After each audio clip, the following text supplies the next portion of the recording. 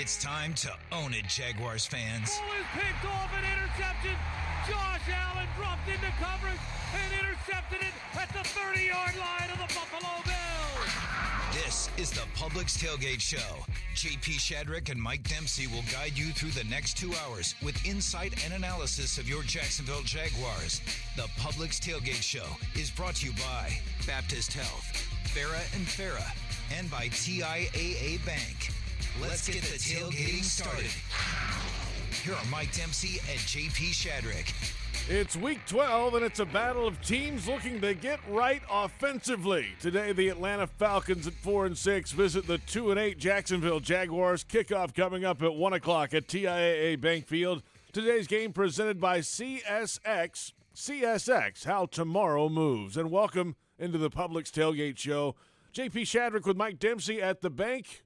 Who's going to score today in this game? Hopefully the Jaguars, more than the Falcons. The Falcons didn't score at all last week. So if you think your team had it bad, Jacksonville, Atlanta really struggling with the New England Patriots. They've had a few extra days to get ready for this one, JP. But let's hope James Robinson, who's off the injury report, gets in the end zone a few times today. That would be nice. The Jaguars and Falcons each have scored only 43 points over the last 4 games combined, and it's not a good trend, obviously. Jaguars, we'll hear a lot coming up about trying to find some creativity on offense. I'm curious what that looks like today. Yeah, I don't know. I don't know how creative you can get with the receivers that you have on hand right now. They don't have much of a speed element that they're going to be able to put on the field. Maybe the role for John Brown will grow over the remainder of the season, but that's to be determined. I want to see them get the ball in the hands of Laviska Shenault, get creative to do it, maybe move him back inside here and get him some easily manufactured touches. But they've got to do something, JP, because this offense has been struggling mightily. But it doesn't have to happen offensively. It could be a big break in the defensive game, special teams, whatever the case may be. Set them up with some short fields today. Game day weather presented by roofclaim.com. Protection made simple. Currently 55 degrees, a high today in the mid-60s, and some cloud cover throughout the day. Should be a nice day for football here at the bank. Let's get to today's top story, starting with the Jaguars offense. Looking for answers. Only 43 points over the last month total. Urban Meyer this week on the creativity needed on offense. I feel our staff's got to do a good job, a little bit of creativity, which I feel we haven't done. And got to get the ball in the hands of the guys that score, and we have to do that. Offensive coordinator Darrell Bevel looking to add some things to the offense, depending on what week. We're always looking to add things to the offense, and really what we add is what can help a player, a certain player be successful. So we look for plays to, how do we get Agnew the ball? How do we get Tulai the ball? How do we get Dan the ball? All those type of things. And we look at other teams. We look at, we have a lot of experience on our staff as well. What have you done to do this? And, we look for that every week. Sometimes it doesn't fit for the specific week or the specific scheme, but we're always looking. One note last week, 0 targets for Dan Arnold in the game. He was the leading receiver, yardage receiver since he joined, and leading target for Trevor Lawrence since he joined the Jaguars. They didn't throw his way last week. No, he had been busy. He had caught 11 of 15 targets the 2 previous games, and we said he should be getting the ball and throwing his way 10 to 12 times a game at this point based on the depletion of the wide receiver core. So whatever they did that they looked at in terms of getting the ball to Dan Arnold, they need to look harder, and maybe get him the ball a little bit more regularly today. And who knows, maybe James O'Shaughnessy he's back in the mix as well. And wouldn't surprise me a bit, JP, to see both of those guys out there at times, because with Jamal Agnew going on IR, you're going to have to get creative with your offensive formation. No doubt about that. Quarterback Trevor Lawrence, though, says at the end of the day, it's about the guys on the field between the white lines making those plays work. Yeah, I don't think it's all about creativity. I think it's mostly about execution. That's something we've talked about a lot, and that's something that we've met about.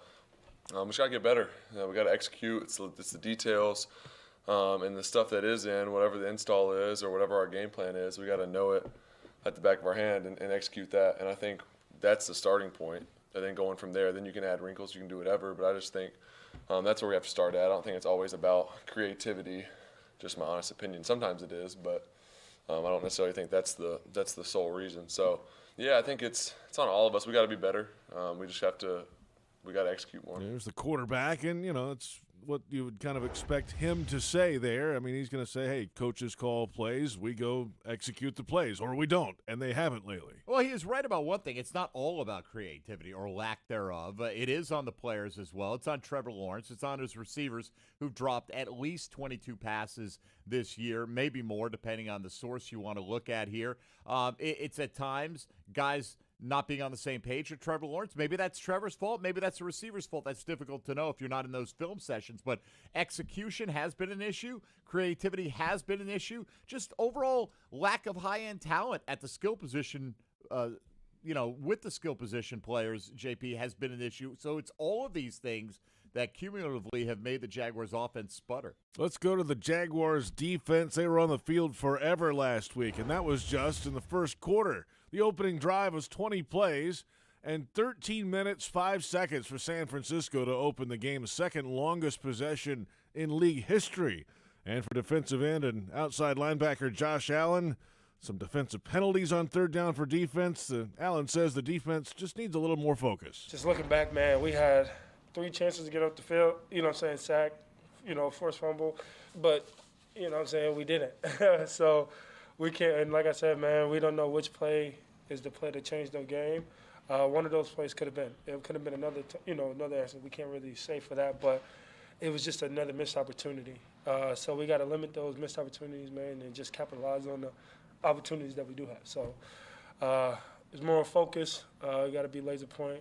And so you got to go out there and have fun. So the defense, didn't obviously get much help from the offense last week. A 3-and-out after that long drive. They were right back on the field again, gave up a touchdown. At that point, it was 10-0. Then the fumble, and all of a sudden another touchdown, 17-0. But, they still haven't really been able to take the ball away a lot this year. There's a lot of things left to be desired on defense. Yeah, quite frankly, it was amazing that the time of possession for San Francisco was in about 45 minutes last week. The way that game started, it was one of the longest drives in league history. And, they did create themselves some opportunities. Josh Allen forced a fumble, and Andrew Wingard either didn't react quick enough or didn't see the ball fast enough. Whatever the case was, they missed that opportunity to get off the field. They had 3 different penalties in the first half on third downs in which they had gotten stops on defense that would have, at worst, forced San Francisco to try a field goal attempt on one of them, but some of them would have stopped drives. And, we keep hearing about this, but it's got to get better, and there's no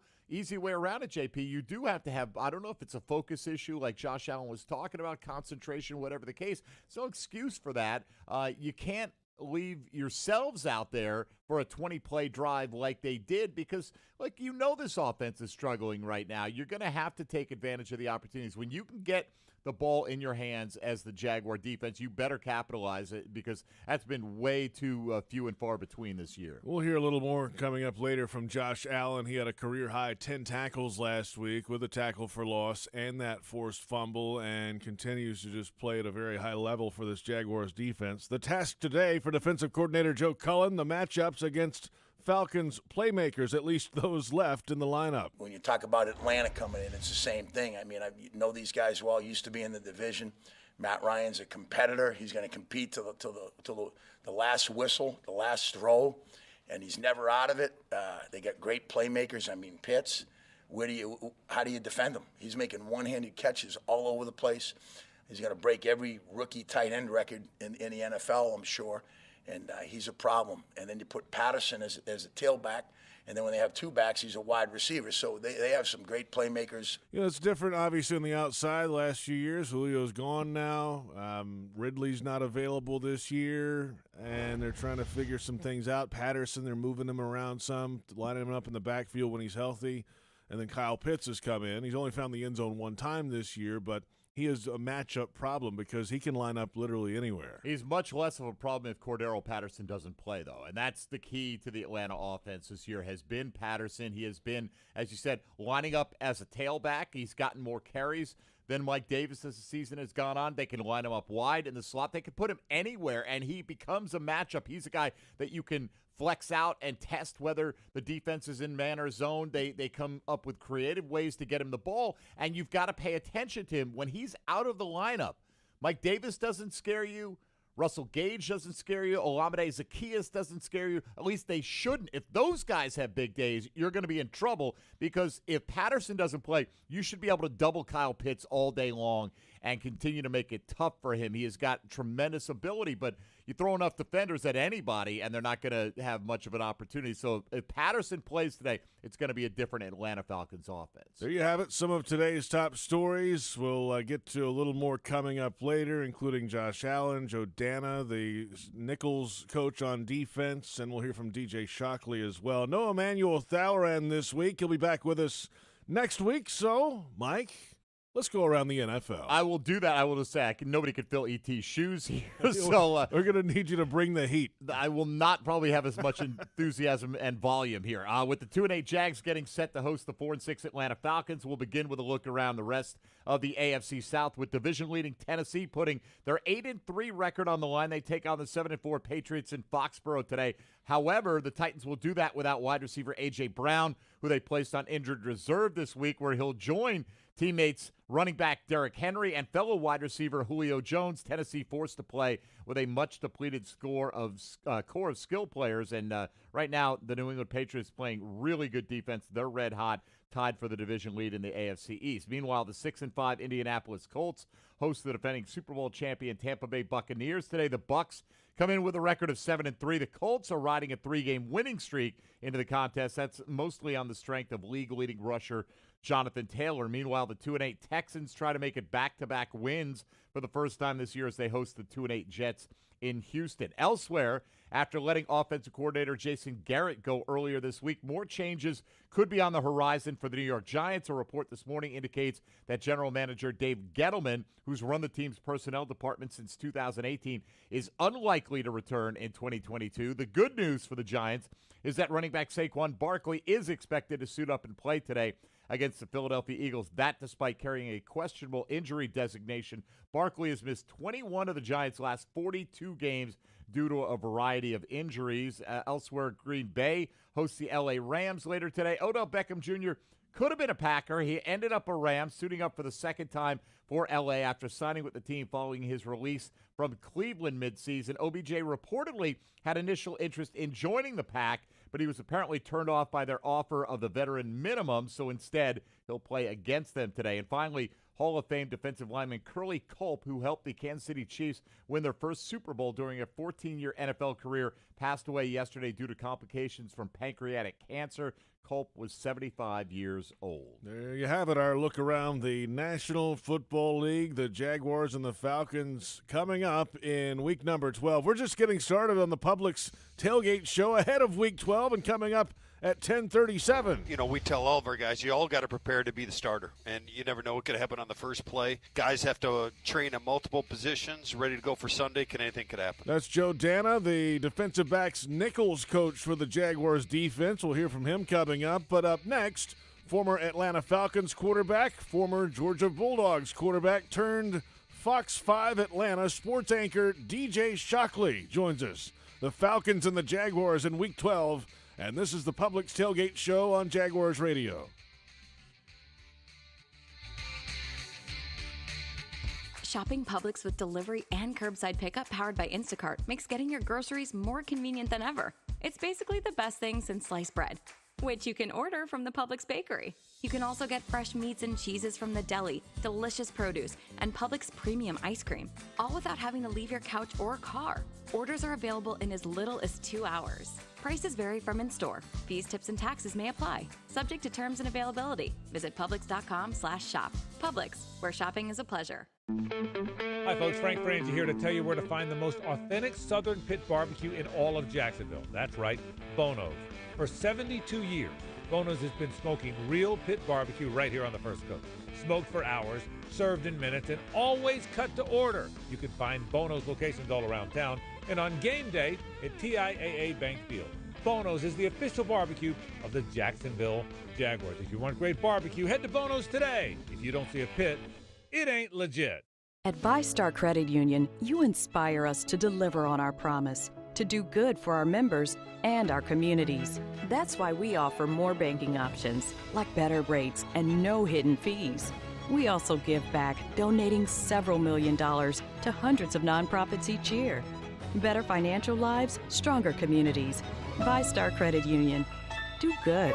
Bank better. Visit vystarcu.org/join. Insured by NCUA.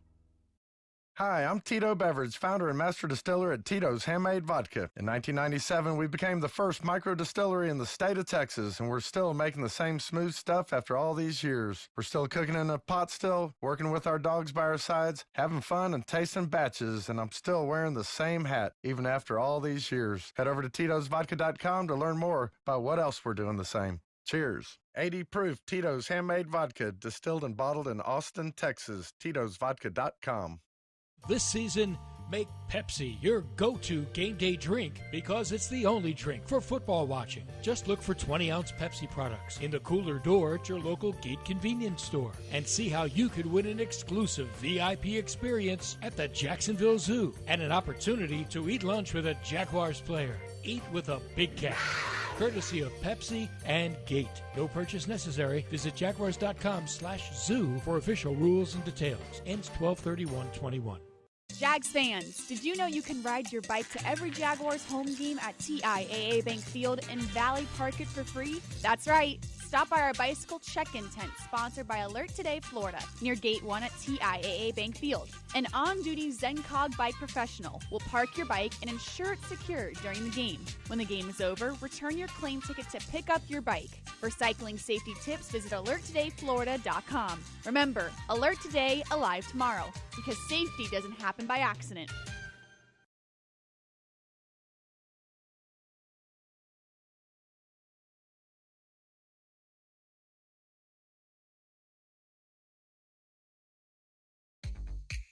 Jaguars Game Day presented by VyStar Credit Union. JP Shadrick with Mike Dempsey from TIAA Bank Field in Jacksonville as the Publix Tailgate show continues. Publix, where shopping is a pleasure. The Jaguars host the Atlanta Falcons today at 1 o'clock in Week 12, and today's game is presented by CSX. CSX, how tomorrow moves. Military Appreciation Day here at the stadium as well. Jaguars facing the Falcons, and Matt Ryan has had 0 passing touchdowns and fewer than 200 passing yards in back-to-back games for the first time in his career. This is year number 14 for Matt Ryan. I think the question we'll hear from an answer from DJ Shockley coming up in a moment is, how much gas does he really have left in the tank in Atlanta? I think it's hard to know. I'm interested to hear what DJ says, but, you mentioned it earlier. Julio Jones departs. Calvin Ridley has left the team for personal reasons. Cordero Patterson was out of the lineup last week, and now, you're talking about a guy that they didn't expect to have this big a role to begin with. Russell Gage has had a disappointing season for them. Is that all due to Matt Ryan, or is Matt Ryan just becoming a victim of the circumstances around him? I think it's a lot of the same questions we ask with Trevor Lawrence's performance this year. Well, let's hear from DJ Shockley. He played for the Georgia Bulldogs, of course, the 7th-round pick of the Falcons in 2006 and spent 5 seasons with their organization. He joined Fox 5 in Atlanta earlier this year as sports anchor and joined Ashwin Sullivan, Brian Sexton, and John Oehser on Jags Drive Time Wednesday morning. All right, so tell us what's going on with these Falcons. They're 4-6, losing their last 2. What's going on up there? It's been kind of mixed bag. It's been, a couple of weeks you think you got things going in the right direction, and then obviously the last 2 weeks it hasn't been what Falcons fans, what the Falcons organization expected to be. Laying a big egg going down to Dallas and losing big time there, and then last week losing as well. So it's been a mixed bag of trying to figure out which guys can do what in this new schemes, and Arthur Smith, the head coach, is trying to figure out which guy can be what. But it's been tough because you've had some injuries, you've had some of your key players out, and that always makes it tough. DJ, we are used to Arthur Smith in this division from his days in Tennessee, and everything ran through the running game. And it would seem without Julio Jones there this year and without Calvin Ridley on the field right now that he would be able to lean on his running game. Can the Falcons do that, or are they still having to work the ball through the quarterback's hands? I'll be honest, it's been tough to get the run game going. You think about some of the success that they have had, and it hasn't been in the run game. It's through play action, which is hard to say because usually play action is predicated off having a good run game. The Falcons have struggled mightily in the run game. Really, the only guy who's had any semblance of a run game has been Cordero Patterson, and he's been the Swiss Army knife for the Falcons he's done a little bit of everything for him. And he's been the guy that you expect. He was out last week in the New England game. They're hoping he comes back this week, but it's still up in the air. It was a game-time decision last week, and they decided not to play him on Thursday night. So expect to see him back, hopefully on Sunday. But you brought in Mike Davis to be a guy you thought could be a bruiser. He was really good in Carolina. Caught 50 balls out of the backfield, was really tough runner, but just hasn't been the guy for the Falcons this season. And I think it's not just on the backs. It has to do with the offensive line as well. The offensive line has struggled to move people. There's been times where they looked okay, but for the majority of the season, it's been the inability to be able to move guys up front and then get the run game going. And it's been a lot on a 14-year veteran quarterback, Matt Ryan, who's been hit a lot this season. Is that really the issue with him, DJ? Maybe I'm just being nostalgic, but I remember an MVP candidate. You know, I'm talking about a guy who could line up and destroy a defense if it wasn't playing at its highest level. And that guy seems long ago. Is he, I don't want to say past his prime, but is he? Well, I'll say this. It's been tough because he hasn't had a run game for one. And on the other side of it, he's missed a bunch of pieces. You talked about it when we came on here. He didn't have his number one guy, Calvin Ridley, for the last, 10 years. He's had a guy at number 11 who you guys know about in Julio Jones, who's been really good for him. And now he's gone, and everybody expected Calvin Ridley to jump into that spot. And he's, obviously had to, sit out the last 4 weeks because of some things going on with his mental health. So it's one of these situations where he hasn't had all the pieces there. The offense hasn't been, up to par as far as the offensive line. They haven't done a good job of protecting Matt at times. And then you got a rookie that you're depending on a lot in this season in Kyle Pitts. Last week, they lost one of their other tight ends in Hayden Hurst, who was out with an ankle injury. So it's been not having a full complement of guys around him to help him throughout this season. Kyle Pitts has been a big part of what they do, but teams are starting to say, okay, no Calvin Ridley, no Hayden Hurst. Let's double Kyle Pitts now where you want to go with the football. You don't have a run game. That makes it tough on any quarterback, let alone a guy, who's been around for 14 years. DJ, my understanding is there are people who think this defense is starting to find itself a little bit. Are you seeing that as well, and what pieces are starting to work? Yeah, I think they are. Even though, you go back and you look at the Dallas game and it was, 43-3 or whatever, the Falcons really just had one bad quarter in the second quarter where, they gave up 20-plus points. And then you have some interceptions, you have some things go against you. But last week versus New England, it really was 13-0 for a long time. And it got away from the Falcons late in the ball game with some late interceptions. But this defense is starting to come around, I think. Last week versus the Patriots, they got 3 sacks. They got an interception. And that's one of the things that the Falcons fans and his organization has been clamoring for years is, can we get any pressure on the quarterback? And last week, we were able to get 3 sacks on Mac Jones, and that was a tremendous thing going forward. But Dean Pease has done a really good job of trying to, I want to say, change what they see pre-snap as opposed to what they see post-snap and disguising a lot of stuff, bringing pressure from a lot of different ways, and just trying to make it look different on an offense. And I think they're starting to get there. Obviously, the leaders up front, and Grady Jarrett has played stout all year. You got Foye Oluokun and Deion Jones at the linebacker spots who are, leading the team in tackles. They never come off the field. And then A.J. Terrell is probably having a Pro Bowl year at the corner spot. So they got some good pieces on the back end, but now Dean Pease is trying to figure out which guy can do what the best and then try to give him a chance to win. DJ Shockley of Fox 5 in Atlanta, sports anchor, former quarterback for the Falcons, had about a 5-year run as the backup for Atlanta, of course, with the Georgia Bulldogs before that. It's pretty good insight there. It's a team that mathematically, they are a game out of the wild card in the NFC. In reality, they've got a long way to go. Yeah, that whole mathematical game, we're used to playing it around these parts for the last dozen years or so for the most part. But, look, whatever keeps you motivated week to week. But I think he laid it out. They've got a lot of issues. Their offensive line's been an issue as well. So really not sure. They went all in on Matt Ryan, though, JP, because they decided to take Kyle Pitts when a lot of top-end quarterbacks were on the board this year, so they're kind of pot committed to this guy, and they've got to hope that this isn't just a sign of Matt Ryan's decline, that the other factors are the big storyline here, and that he'll be able to bounce back in 2022. Of course, Jags Drive Time here is Monday, Wednesday, and Thursday at 10 o'clock on Jaguars.com and Jags social media channels. The inaugural Jacksonville Barbecue Festival is bringing the best barbecue in the nation to Florida December 10th through 12th here at TIAA Bank Field. Award-winning brisket, ribs, burn-ins, and more. Enter for free and pay as you go. Or, Mike, you can go hog wild with a VIP pit pass. That'll give you 2.5 hours of all you can eat and drink. Visit bbqfestjacks.com. I'll put them out of business. Give me 2 hours at the trowel. Yeah, that's a great deal, by the way. So check that out.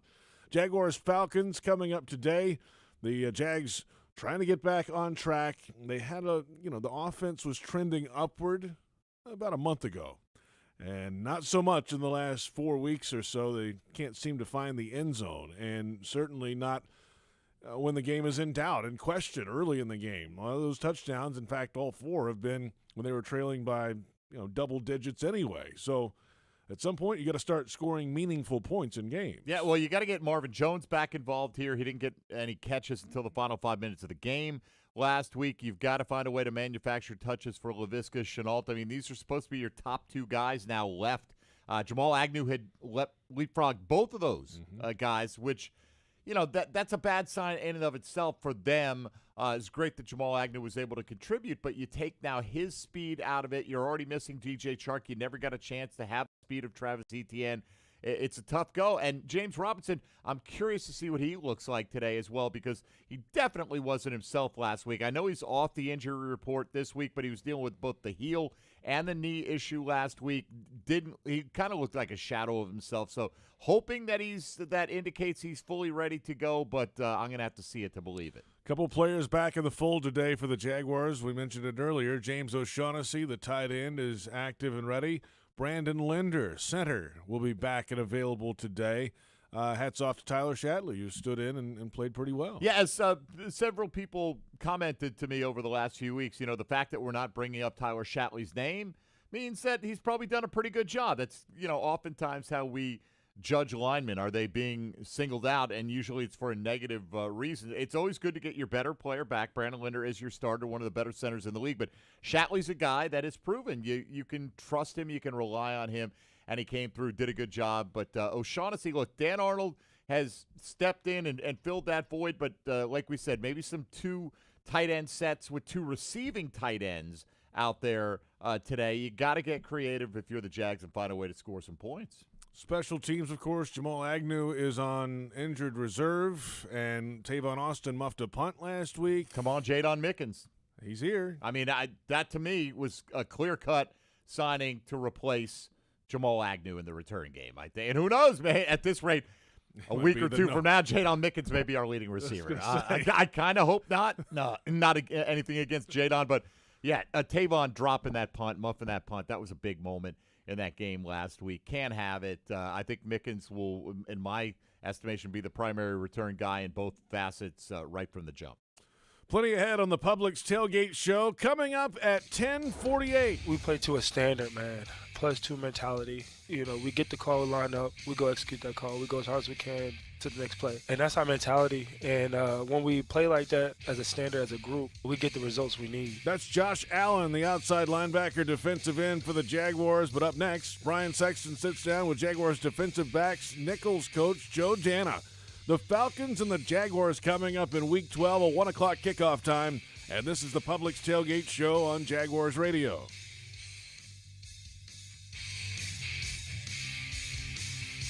Are you suffering from shoulder pain? If you have clicking and popping in the shoulder joint, persistent pain that intensifies with use, an inability to lift your arm over your head, or a tingling, burning sensation in the shoulder, elbow, or wrist, waiting to see a doctor could make your injury worse. Baptist Health and Jacksonville Orthopedic Institute have innovative and effective treatment options available right now to relieve your pain and restore your mobility. Don't wait. Call 904-JOI-2000. Great teams leave it all on the field. But with the powerful towing and payload that Ford F-150 delivers, you can take it all with you, too. No wonder Ford F-Series is America's best-selling truck 44 years straight. The 2021 Ford F-150, built for greatness. Visit your local Ford dealer or buyfordnow.com. Based on 1977 to 2020 calendar year total sales. We paid how much for those lessons? Shh, she's doing great. Oh, yeah, totally. Can you pass me a Pepsi Zero Sugar? Great job, honey! Oh, look at that. That's not the end. No way. Now it's time for the encore. You know what? You're right. 5 times? Not enough times. For everyone who traded in rock concerts for their kids' recitals, you've compromised enough. Pepsi Zero Sugar. That's what I like.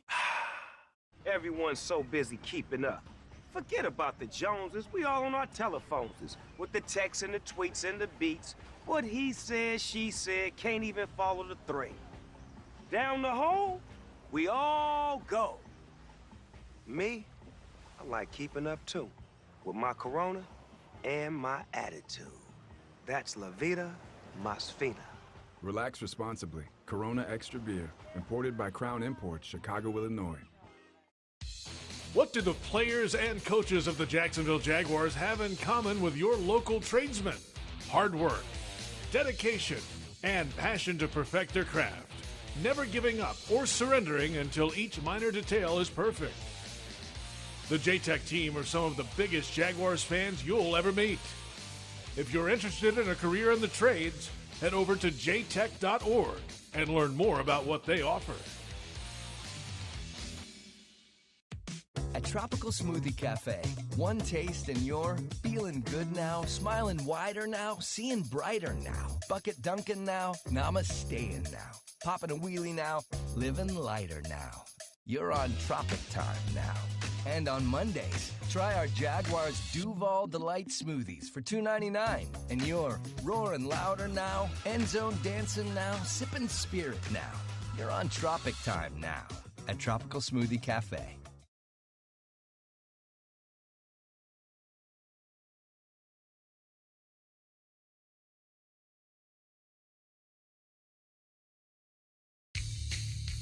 The Publix Tailgate Show continues. JP Shadrick with Mike Dempsey from TIAA Bank Field in Jacksonville. The Falcons and the Jaguars coming up at 1 o'clock today at TIAA Bank Field. It's Week 12. Today's game presented by CSX. CSX, how tomorrow moves. The Jaguars and the Falcons. Now, of course, the Falcons have been outscored 68-3 over the last 2 weeks. They beat the Saints in Week 9. Atlanta, of course, now 4-6. They're in last place in the NFC South, but mathematically, a game out of the wild card in the NFC. The Falcons have giveaways in the last 2 games. They've been giving the ball up at an all-time pace almost, most in the NFL since Week 10. So, that's not ideal for the Falcons. Yeah, the Jags have not been taking it away at an all-time pace, however, so hopefully some of that will rub off today. And I think, JP, this is what it boils down to. You look at the schedule going forward, this may be the most winnable game left for the Jacksonville Jaguars. There are others in this category, but this may be the most based on the current state of Atlanta and how they're playing at the moment.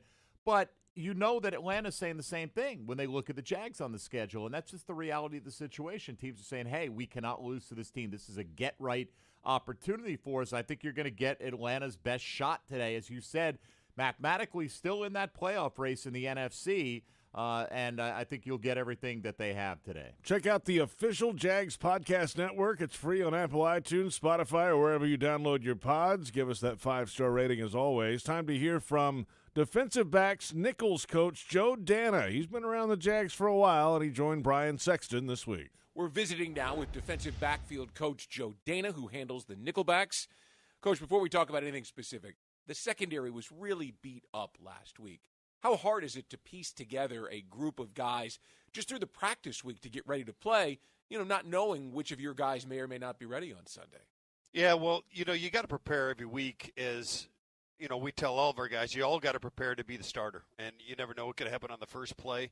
Everybody's got to be ready to go, so this week's no different than anything else. Guys have to train at multiple positions, ready to go for Sunday. Anything could happen. When you look especially at some of the younger guys who are out on the field, you've seen plenty, obviously, of the rookie Tyson Campbell. Andre Sisco's working his way into that. How do those young guys and their football intellect grow over the course of a season? Yeah, well, I guess you could say they're really not rookies anymore. I mean, we've been through 10 games, a whole preseason and off season. I mean, they've been exposed to a lot. We've already experienced a lot. So that growth is, it's occurred and it's ongoing. And we're always working with those guys to get better. You started the season, obviously, thinking you're going to have Trey Herndon, who is a veteran nickelback, and he's been banged up all year.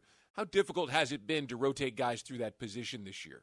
Yeah, it's extremely difficult. It's a position that's not easy to learn. It requires a lot of responsibility.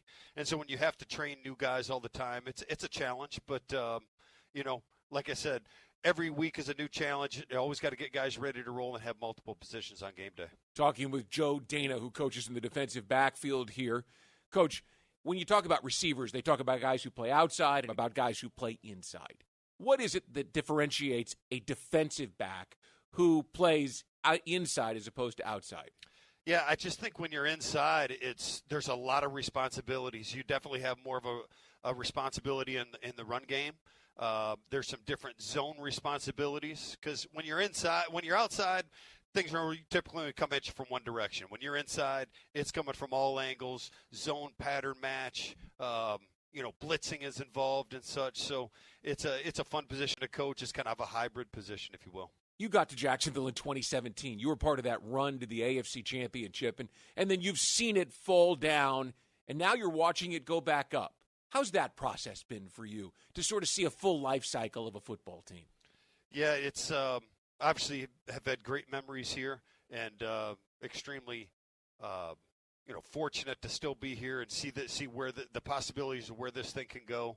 Love our direction, love our players and our coaching staff, and really look forward to the future. We saw a defense from about the middle of the second quarter in Seattle really turn things on over the couple of weeks against the Colts and the Bills, and then last week didn't meet the expectations I think that a lot of folks had.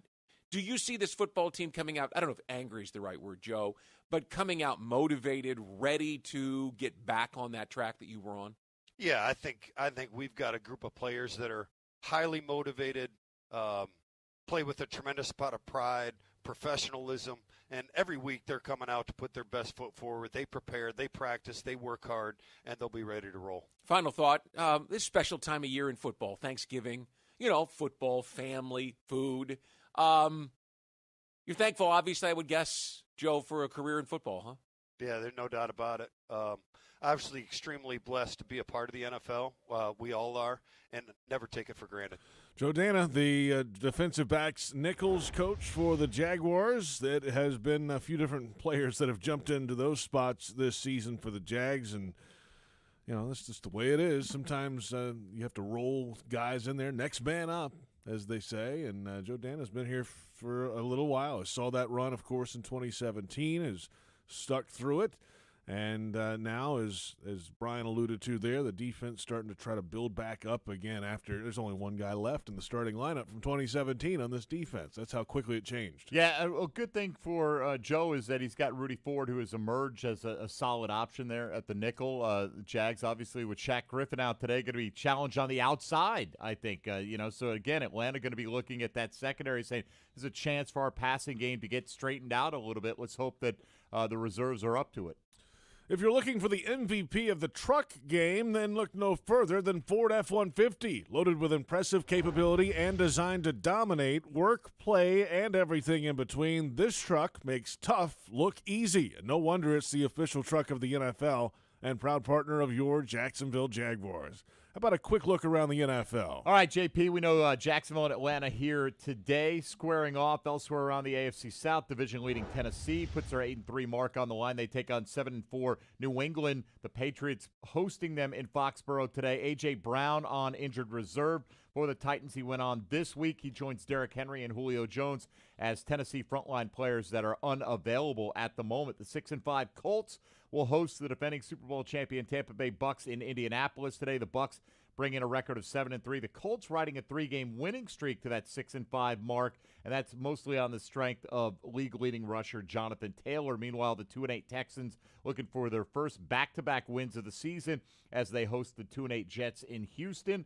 Elsewhere, after letting offensive coordinator Jason Garrett go earlier this week, more changes could be on the horizon for the New York Giants. A report this morning indicates that GM Dave Gettleman, who has run the team's personnel department since 2018, is unlikely to return in 2022. The good news for the Giants is that Saquon Barkley is expected to suit up and play today against Philadelphia despite carrying a questionable injury designation. Barkley has missed 21 of the Giants' last 42 games due to a variety of injuries. Green Bay hosts the Rams today. Odell Beckham Jr. could have ended up playing for Green Bay this year. Instead, he'll suit up for the second time with L.A. after signing with the team following his release from Cleveland. OBJ reportedly had initial interest in joining the Packers, but was apparently turned off by their offer of the veteran minimum, so instead he'll play against them today. And finally, Hall of Fame defensive lineman Curly Culp, who helped the Kansas City Chiefs win their first Super Bowl during a 14-year NFL career, passed away yesterday due to complications from pancreatic cancer. Culp was 75 years old.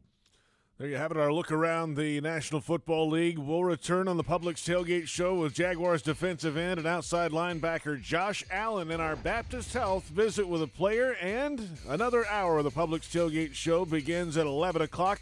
We'll have a look at today's top headlines headed into Week 12 and head to the broadcast booth for the first time.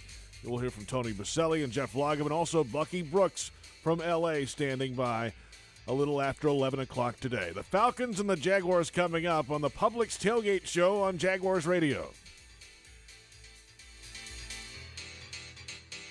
Shopping Publix with delivery and curbside pickup powered by Instacart makes getting your groceries more convenient than ever. It's basically the best thing since sliced bread, which you can order from the Publix bakery. You can also get fresh meats and cheeses from the deli, delicious produce, and Publix premium ice cream, all without having to leave your couch or car. Orders are available in as little as 2 hours. Prices vary from in-store. Fees, tips, and taxes may apply. Subject to terms and availability. Visit Publix.com/shop. Publix, where shopping is a pleasure.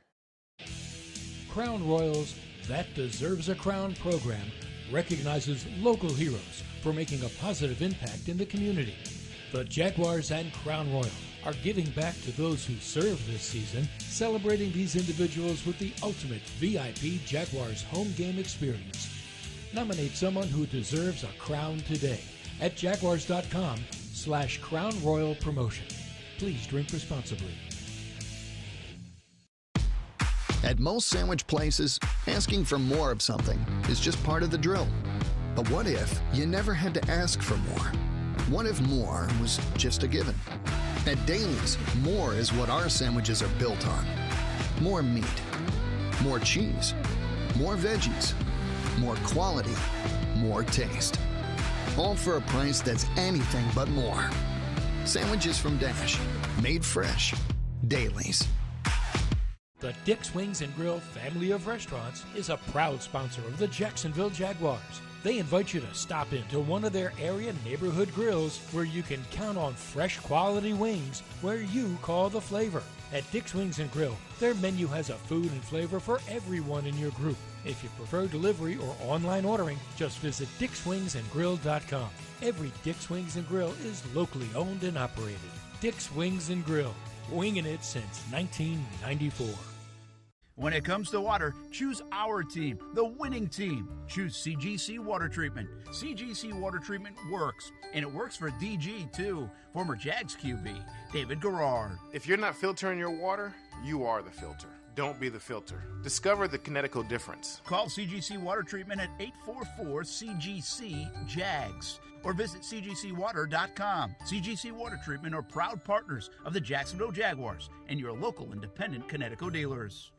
Brooks Rehabilitation is looking for exceptional nurses who want to work where miracles happen. They're hiring for RN, LPN, HHA, and CNA positions across their inpatient, skilled nursing, and home healthcare settings. Brooks nurses serve as leaders, advocates, change agents, and care coordinators for their patients. They offer flexible schedules, career advancements, and continuing education, competitive pay, plus bonuses, shift premiums, and sign-on bonuses. Apply now at brooksrehab.org/nurse careers.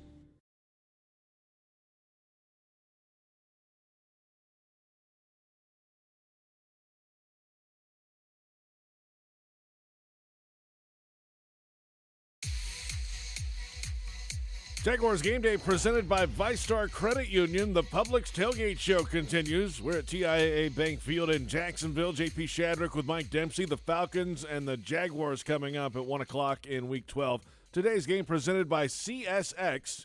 CSX, how tomorrow moves. Time for our Baptist Health visit with a player, Mike. And Josh Allen's playing well the last month or so. Yeah, he's been the defensive MVP of this team this year, quite frankly. And it really had a national coming-out game for this season against the Buffalo Bills, against his the other Josh Allen, the lesser Josh Allen, at least for this year in our eyes. And, he's been more active, JP, in the run game. As you noted, a career-high 10 tackles last week. Those are not all coming on the quarterback, obviously. Like to get some more sacks out of Josh, but, he's not had a lot of help, and the Jags are not in obvious pass rush situations either, so that doesn't help contribute to that sack total. Overall, again, I think he's the clear-cut defensive MVP of this football team, and the Jags are very lucky to have him. Let's hear from him. Josh Allen and the Baptist Health visit with a player. Baptist Health, changing healthcare for good. The defense, though, it felt like it just was on the field all day long, 38 minutes. How challenging is a game like that for the defense just to be out there all day?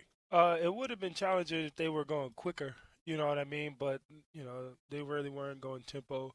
It was slow play. So, yeah, it was challenging, but we got to rotate in and out because they were changing personnel as well. So, it really wasn't as tiring as you would think, but we can't be on the field for that long. You know what I mean? And we all know that, and you see the score. 10 tackles last week. It feels like the last month or so, especially, coming out of that Buffalo game where you really had a career day against the other Josh Allen. The play has continued to be high for you. What's different in the last month or so, if anything? A mindset, preparation. I feel like, it just sometimes it takes you a little moment to, to get going, man. And I started off real slow. Just not even starting off slow. It was just I wasn't into it with myself mentally. And then, you know what I'm saying, a couple weeks in, man, my body started to feel good. I started really trusting and believing in my techniques and actually applying it. So just, I'm on the road right now, man, and I love it. I'm prepared and hopefully continue to stretch. So talking about the mental part of the game there, Josh, coming into a season, you said it yourself, getting mentally prepared to play, and even week to week, everybody kind of looks at the stats and the contact and the physical part of the game and all that. That's obviously very important, but above the shoulders, being mentally ready to go every week, that's important too. And when did you start to really realize that? When I started to feel my body going down. It's like, when you get in a position like that, just not even like a major injury, just a little tweak, like, ooh, okay. Like, how's your mindset? Like, as you going to really sit there and soak, or you're going to get better and get treatment, okay, then realize that, like, this not going to hold you back. You know what I'm saying? And you're mentally stable to keep pushing on and get stronger, get faster every week, eat the good food every week. And, I just been staying consistent and with my schedule, my routine every morning, every day, and, it's paying off. How is your body different this year than in years past? Have you changed the way you go about weights or training or food or any of that stuff? I definitely been eating a lot better. Definitely eating a lot cleaner. I'm trying to cut out the dairy in my diet as much as I can, but it's just something about the cheese, the melted cheese. It's just, I can't really help myself. But other than that, man, I've been working out. I stay, talking to Willie McGinnis, man, and a lot of older guys and a lot of legends. You got to maintain your body. You got to stay physically in shape. So I've been definitely keeping that headstrong. DeJuan and I both work out together, man, and we both get it in. So we know physically we're here, know the game plan, know what you get into this week, get your mental part right, and get your body back healthy. So, that's how you stay, productive in this league. I hear you with the melted cheese stuff, by the way. I feel you on that one. The Jaguars defense, Josh, third in the league in rush yards per play allowed. Very good number. It was priority number one for the defense coming into the season to get better in the run game. Statistically, it shows that certainly has been the case. What can you guys do better in that? Is there some room for improvement even from those numbers? Yes, sir. There's always room for improvement, but, we just got guys that's mentally – you know what I'm saying, ready to stop the run physically. You know what I'm saying? We have guys that's willing to put their bodies on the line to stop that run so we can rush the passer. So that was the main focus, man. If the easiest thing to do in the National Football League is to turn around and hand the ball off and run the ball. So if you stop that, then what's their backup plan? You know what I mean? And lately, the weeks that we did stop the run, we got after the quarterback pretty well. So we know what we know the philosophy of the NFL, and we just try to take it week by week. And next week we got a good opportunity to do that. 5 takeaways for this Jags defense this year, Josh. That's the fewest in the National Football League. 4 interceptions. You have one of those. 1 fumble recovery. How does the defense get more takeaways? Oh, man, just doing your job. I feel like when you do look, I mean, we all do our jobs. You know what I'm saying? I'm not going to sit here and say nobody's out here not doing it. But, you know what I'm saying, we play to a standard, man. +2 mentality. We get the call lined up. We go execute that call. We go as hard as we can to the next play. And that's our mentality. And when we play like that as a standard, as a group, we get the results we need. So I can't really, tell you what it is, but I just tell you that we play with a +2 mentality. And when we play like that, we get the opportunities. And we just need to see more out of it for everybody, including myself. A lot of folks are asking about the confidence level of Trevor Lawrence these days. How much do you interact with him, and what do you see in Trevor's day-to-day interactions in the building? Offense has not really gone so well the last few weeks, and Trevor's trying to get things on track. How much do you talk to him? I mean, we're all a family. We all have ups and we all have downs. We still keep it the same. You know what I'm saying? When you're in the locker room, that's a whole different environment. And that's why I say we're a family. You know what I'm saying? Because once we get back into our comfort zone, which is a locker room, where it's just us as players and we all vibing, we all talking and chilling. That's when we have those opportunities to just kick it. And Trev's right there kicking it with us. So once we get in there, man, we're all a family. We all want to play for each other. We all figure out what's going on, so we all can help each other out. So communication, man, is definitely high. You know what I'm saying? I think Trevor is still going to be one of the best quarterbacks in the National Football League soon. And we just all have to take that next step. Like I said, that +2 mentality, it carries on, playing 10 strong, carries on both sides of the ball. And until we do that, man, we'll get the results we need. Final thought with you here. It's Thanksgiving week. What are you most thankful for, Josh? My family, my wife, Caitlin, and for helping me get these 3 wonderful children. You know what I mean? And it just means so much to me. Every day I go to work, you know what I'm saying, for them, go home, body hurt, you know what I'm saying, tired, stressed, whatever. When I step in the morning, that's another comfort zone, you know what I'm saying, and they just there, you know what I'm saying, and it's a whole nother switch of reality. So I'm definitely thankful for them. I'm thankful for my teammates, man. I'm thankful for all my brothers that I made in this building, you know what I'm saying, first time being around a lot of these guys. And like I said, man, we just become a big family. And forever welcome in our house, I tell you that. But I'm thankful for a lot of things, man. We're thankful for the time we can always spend with you, Josh. And Yes, sir. Thanks for the time again. Good luck this weekend. Thank you, JP. Josh Allen, I always love a conversation with him. One of the guys you can, it feels like you can build around and have as a cornerstone of your organization. He better be. I mean, really better be, because they don't have that many of that type of player, JP. I mean, this has got to be a guy. They have to hit on a few of these top 10 picks, and hopefully he and Trevor Lawrence are going to be the ones that they build what we hope will be a successful run around those 2 guys primarily. That's our Baptist Health Visit with a Player. Baptist Health, changing healthcare for good, and time for our weekly commentary from Jaguars sideline reporter Rick Ballou. We call it, Has Rick Lost It? Jaguars Falcons in Week 12 in the NFL, where the road team was victorious 3 times this past Thursday. As a matter of fact, the road teams have won the last 9 on Thanksgiving. Road teams this year, plenty of success, 87-80-1 overall. The home field advantage in the NFL is not what it used to be. So what does that mean for Atlanta? Let's look at the numbers. The Falcons are 3-2 on the road. They lost early at Tampa Bay, then pulled off 3 straight road victories. They won in New Jersey against the Giants, went down south and beat Miami, also knocked off divisional rival New Orleans. They were blasted 2 weeks ago on the road by Dallas 43-3, and then a week ago Thursday lost 25-0 at home to New England. That means they've been outscored 68-3 in their last couple of football games. They have no running game. They average only 78 yards a contest. And with Calvin Ridley out, they legitimately have one offensive weapon in rookie Kyle Pitts. So what does this mean? Well, let's look at Atlanta's defense. They're 31st in the NFL. They allow nearly 29 points a game, and they struggle against the run, giving up more than 123 yards per contest. They struggle in the turnover to takeaway ratio. They are -8 so far this year. So again, what does this mean? The last few weeks, I've asked if James Robinson would finally be able to get going. I've spoken out about Trevor Lawrence possibly putting together a breakout game. It hasn't happened. This was an interesting week in which Urban Meyer, Darrell Bevell, Trevor Lawrence have all spoken about the problems with this offense. Jaguars averaged 15.9 points a game. Last week, the Jags were down 17-0 before Lawrence even completed a pass. Today is unusual. It's a day in the NFL in which winning teams face winning teams and teams who have a record of 500. Losing teams face only losing teams and teams with a record of 500.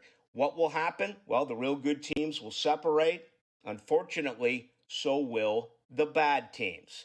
I ask again, what does this mean for the Jaguars? Rick Ballou, Jaguars sideline reporter, checking in with us each and every week. PRI Productions, the official event production company of the Jags, has everything you need to bring your next idea to life.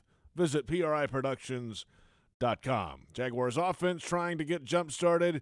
Jags defense, that had that early wave against them last week. They were on the field forever, but in the last month or so, there has been some positive play from them. The Jaguars have scored on offense, though, fewer than 20 points in 7 games this season, the second most in the NFL this year. Only the Lions have more of those, and all 4 games since the bye week have been 20 or less.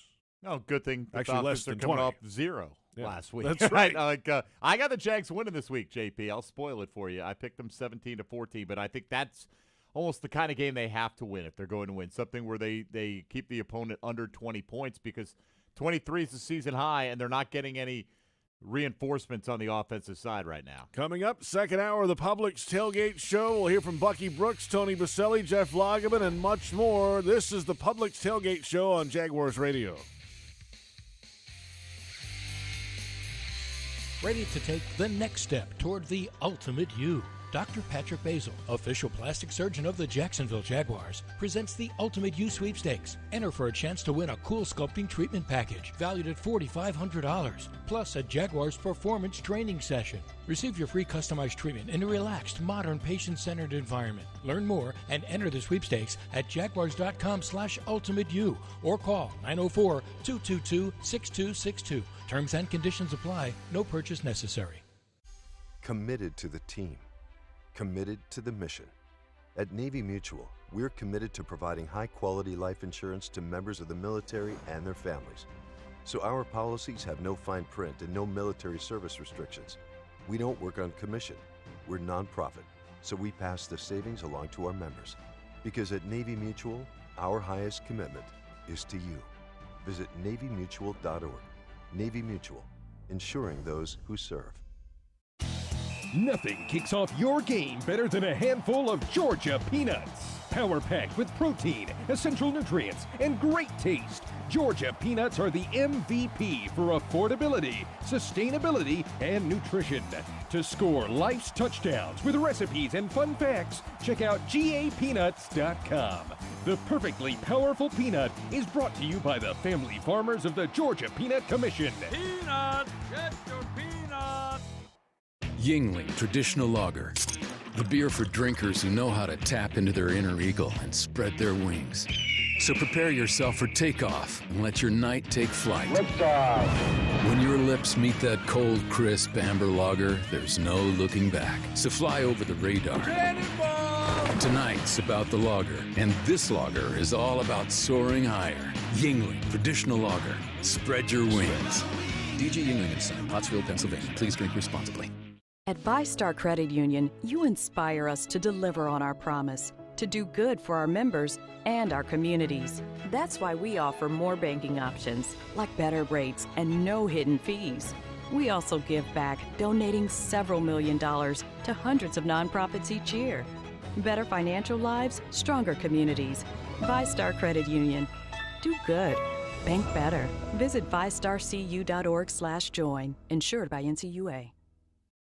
Are your heating and cooling costs extremely high? Do you want to extend the lifespan of your heating and cooling system investment? If so, Florida Home Air Conditioning is ready to help you save some money. Schedule your annual AC or heating system tune-up today with Florida Home Air Conditioning for only $59. Florida Home Air Conditioning, official air conditioning partner of the Jacksonville Jaguars. Call 855-FLA-HOME. License number CMC 1250399, CFC 1430664, EC 130-08557.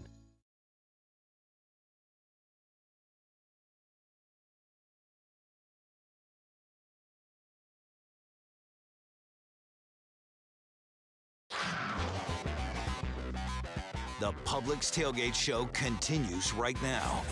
Jaguars Game Day presented by ViStar Credit Union, hour number 2 of the Publix Tailgate Show. A couple hours away from Week 12. The Atlanta Falcons at 4-6, the Jacksonville Jaguars at 2-8. Today's game is presented by CSX. CSX, how tomorrow moves. The Jaguars salute to service game. You'll see plenty of military dignitaries throughout the day being honored at TIAA Bank Field. Thousands of tickets donated to the USO, and the active military will be in attendance today. Should be, and always is, a fantastic day here at TIAA Bank Field on Salute to Service. The Jaguars trying to make it a fantastic day between the white lines as well. They haven't scored often enough, of course. Neither have the Falcons. So who's going to break that today? Well, let's hope James Robinson, first and foremost, for the Jags, is able to break 20-plus touches on the game, right? I mean, if he is himself, which is the guy who, when he hits contact, pushes the pile for an extra yard to 3 yards almost every single time, then I think the Jags will have a chance to move the ball successfully today, JP, and get him in the end zone. He's, managed to find himself in some situations to get some short yardage touchdowns of late, but he definitely didn't look himself last week. So it's one thing to have James Robinson on the field. It's another to have him playing up to his capabilities. Hopefully the absence of his name on the injury report is an indication that we'll get that version of James today. Game day weather presented by roofclaim.com. Protection made simple. Currently 57 degrees, a high today of 64, and there could be some cloud cover throughout the afternoon. So far, at least, it's mostly sunny. A little crisp this morning when everybody woke up. We're ready for football. Good football weather today here at TIAA Bank Field. Let's get to today's top stories and start with the Jags offense looking to get jump-started. Urban Meyer this week on all the new faces on offense. Yeah, I've always heard the stories, and we're in it now. We're in it with injuries, where you're pulling guys off the street, or sit in Trent's office every morning, and we watch, where's this guy? He's on the street. I go, what does that mean, he's on the street? He's not physically on the street, but he's actually on a plane here right now. Okay, good. That's how it's worked for the Jaguars a lot of times this year, and it is a new thing for Urban Meyer to have to figure out, having to shake hands and meet somebody maybe it's Saturday at the team meal, and then all of a sudden he's playing for you on Sunday. You're telling me there aren't a bunch of top 10 draft picks that we're just going to be able to pull the red shirt off of and throw out there?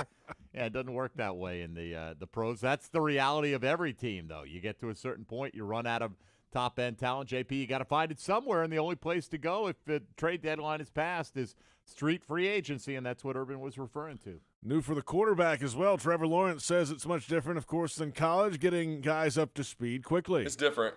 Takes a little bit extra work, and then in practice, you just have to get used to seeing a bunch of different guys in there at different times, and really just have to communicate well. If you want something a certain way, or if you need to correct something, you just talk about it right after. So the guys have been great.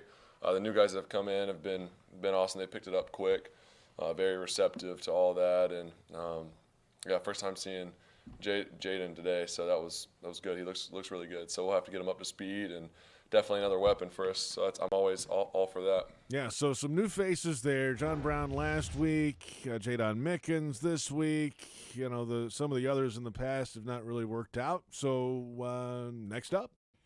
But you hear that right away. Trevor Lawrence referring to Jadon Mickens as, one of the guys he's getting up to speed with on the offense. When you know what his primary role should be, like Jamal Agnew should be at that of a return specialist. Those guys aren't top-end wide receiver talent in the National Football League. And the fact that you could go to the Buccaneers practice squad, bring Jadon Mickens back here to Jacksonville, and have him potentially find his way up the depth chart rather quickly is not a great sign, quite frankly, to the talent that they already have here. So, look, it's not a shot against Jadon. It's just, he's not a high-end receiving talent in the National Football League. Doesn't mean he can't play well for this team down the stretch, but they're going to need somebody, whether it's him, Laquan Treadwell, John Brown, some of these new guys who are getting opportunities to step forward and make an impact.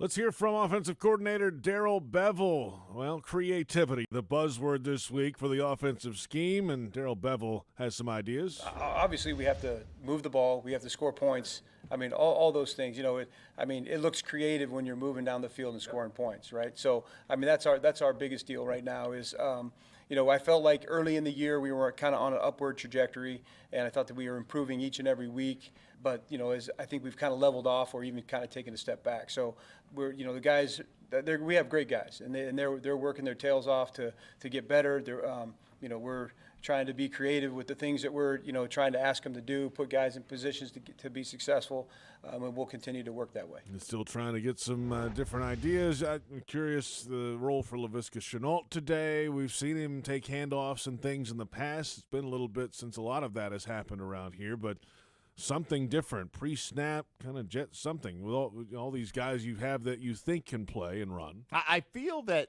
opportunity should have been there for Laviska earlier, though. I know now you're almost at the point where you have to do something like that with him to get some different looks in the offense and get some different guys touching the football and, making sure that he gets those touches. But I feel like maybe they should have been mixing some of that in since the beginning of the year. But I think now out of necessity, JP probably slides back inside to the slot. You get some easier throws to him that way. He's not a great outside wide receiver at this stage of his NFL career. And, quick little bubble screens, reverse or two, and maybe a couple of fake reverses to keep the defense honest. Laviska Shenault should probably touch the ball at least 10 times a game with the lack of playmakers that they have on offense right now. Let's go to defense now. Josh Allen having a nice statistical season, including an interception back against the Bills a few weeks ago. He's looking for more. It's like when they say once you get the first thing, you just want to keep getting it. You know what I'm saying? Like once I got that pick, then I'm like, oh, I can get me another one. You know what I mean? So now I know, the personnel that they have, you know what I'm saying, and the style of the play they like to do. So if the opportunity comes, man, I just know I'm going to be ready for it. I'm not going to be like, oh, you know what I'm saying, unless he just beats me, you know what I'm saying, which hopefully that's not going to happen. But if the opportunity comes, man, I'm going to try to make a play.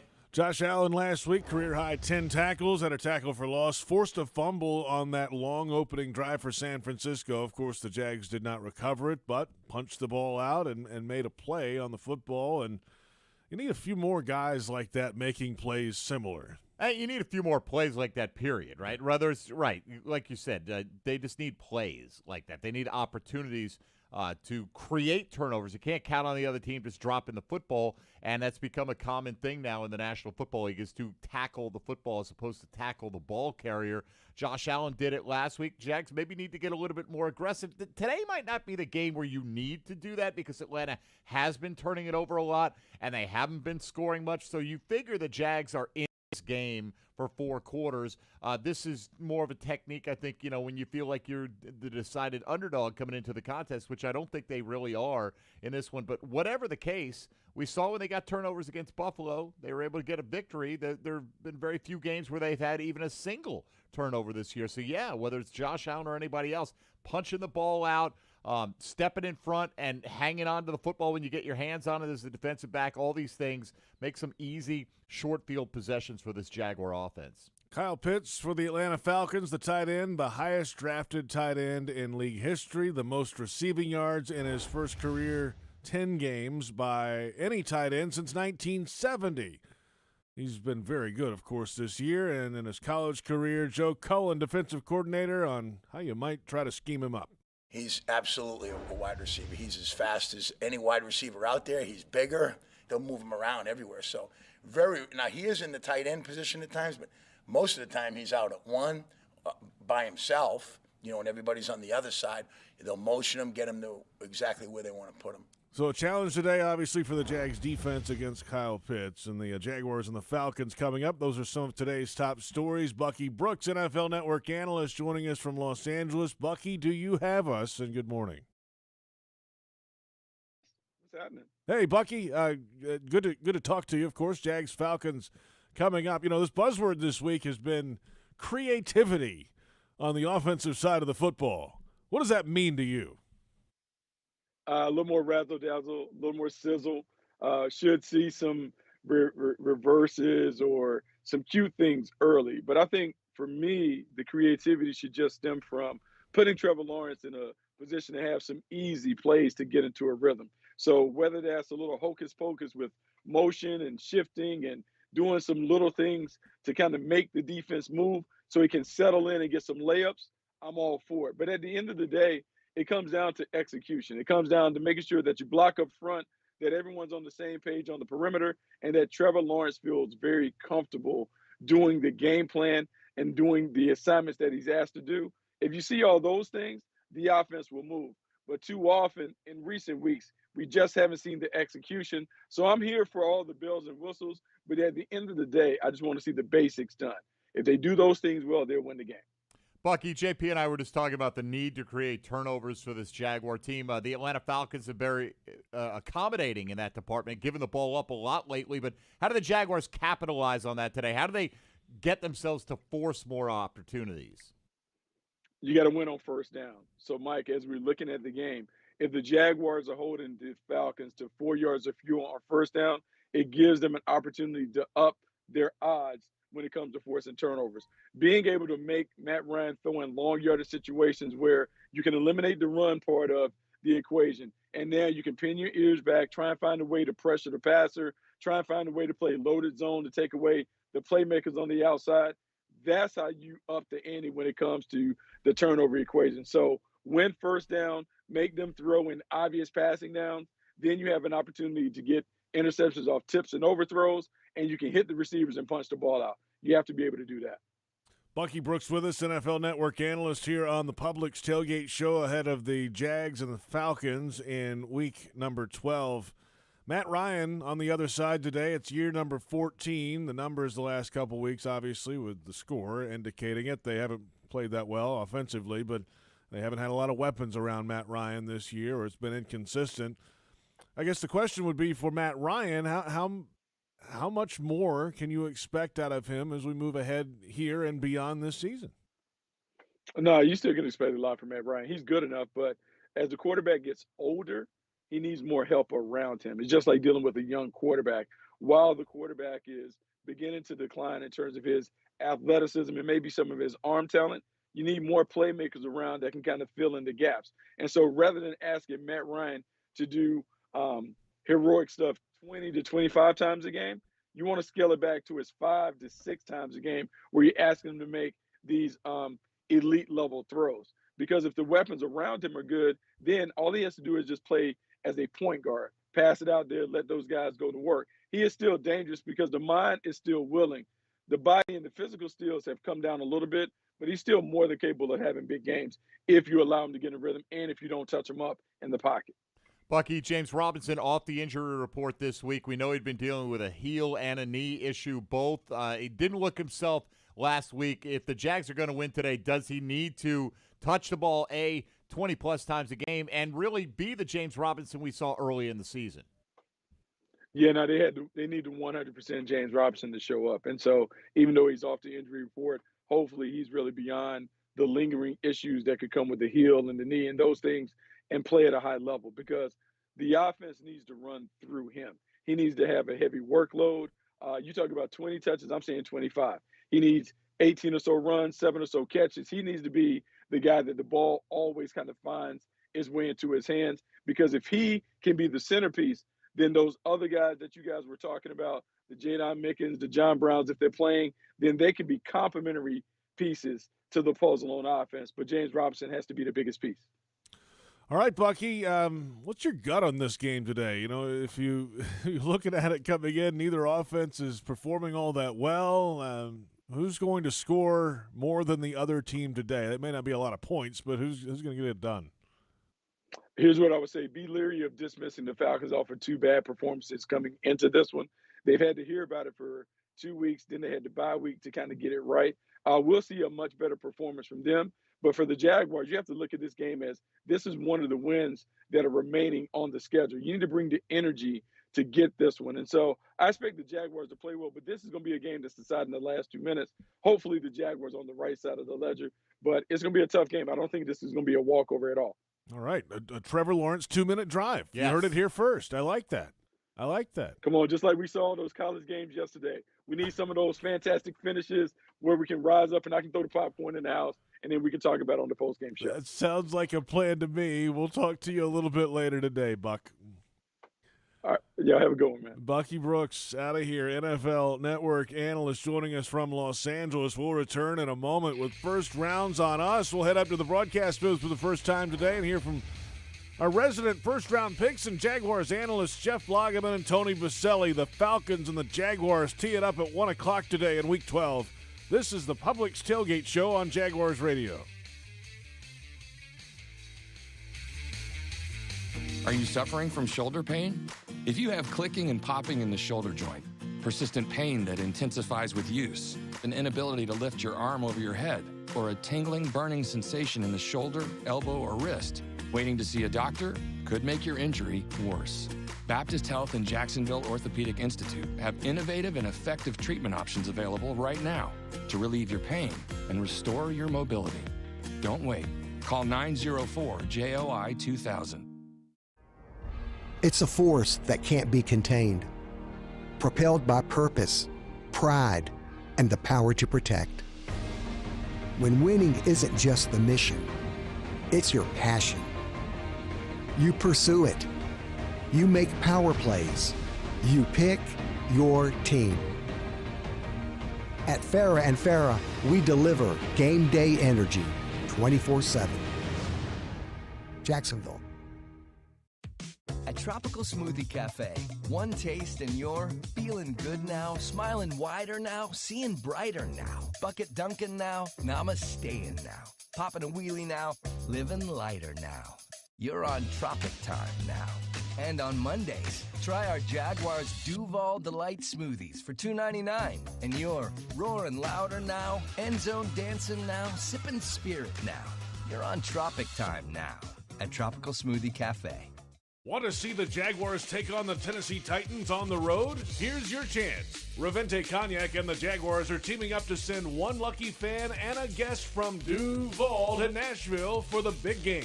Enter now at jaguars.com/Revente Trip for your chance to win round-trip flights, lodging, and game tickets courtesy of Revente Cognac. No purchase necessary. Must be 21 or older to enter. Follow Revente Cognac on social media at Revente Cognac and visit ReventeCognac.com today. Hiring qualified veterans and helping veterans grow their businesses isn't just the right thing to do, it's also good business. Fiserv Salutes provides the military community with career opportunities, education resources, and business solutions for veteran-owned businesses, including free processing on Independence and Veterans holidays. To find out how Fiserv helps veteran-owned businesses and their career opportunities, visit Fiserv.com and follow them on Twitter and Instagram at Fiserv, an official military partner of the Jacksonville Jaguars. You say there's nothing quite like the feel of the open road when you ride a motorcycle. You know it takes concentration, knowledge, and skills beyond those required to drive a car. Ride Smart Florida would like to take this opportunity to remind you to enjoy the road, but to always ride smart. S-M-A-R-T. Say no to drinking and riding. Make yourself more visible to motorists. Always wear your helmet. Ride in control. Train regularly and get endorsed. Visit RideSmartFlorida.com for more details. Do you ride smart? This message is provided by the Florida Department of Transportation.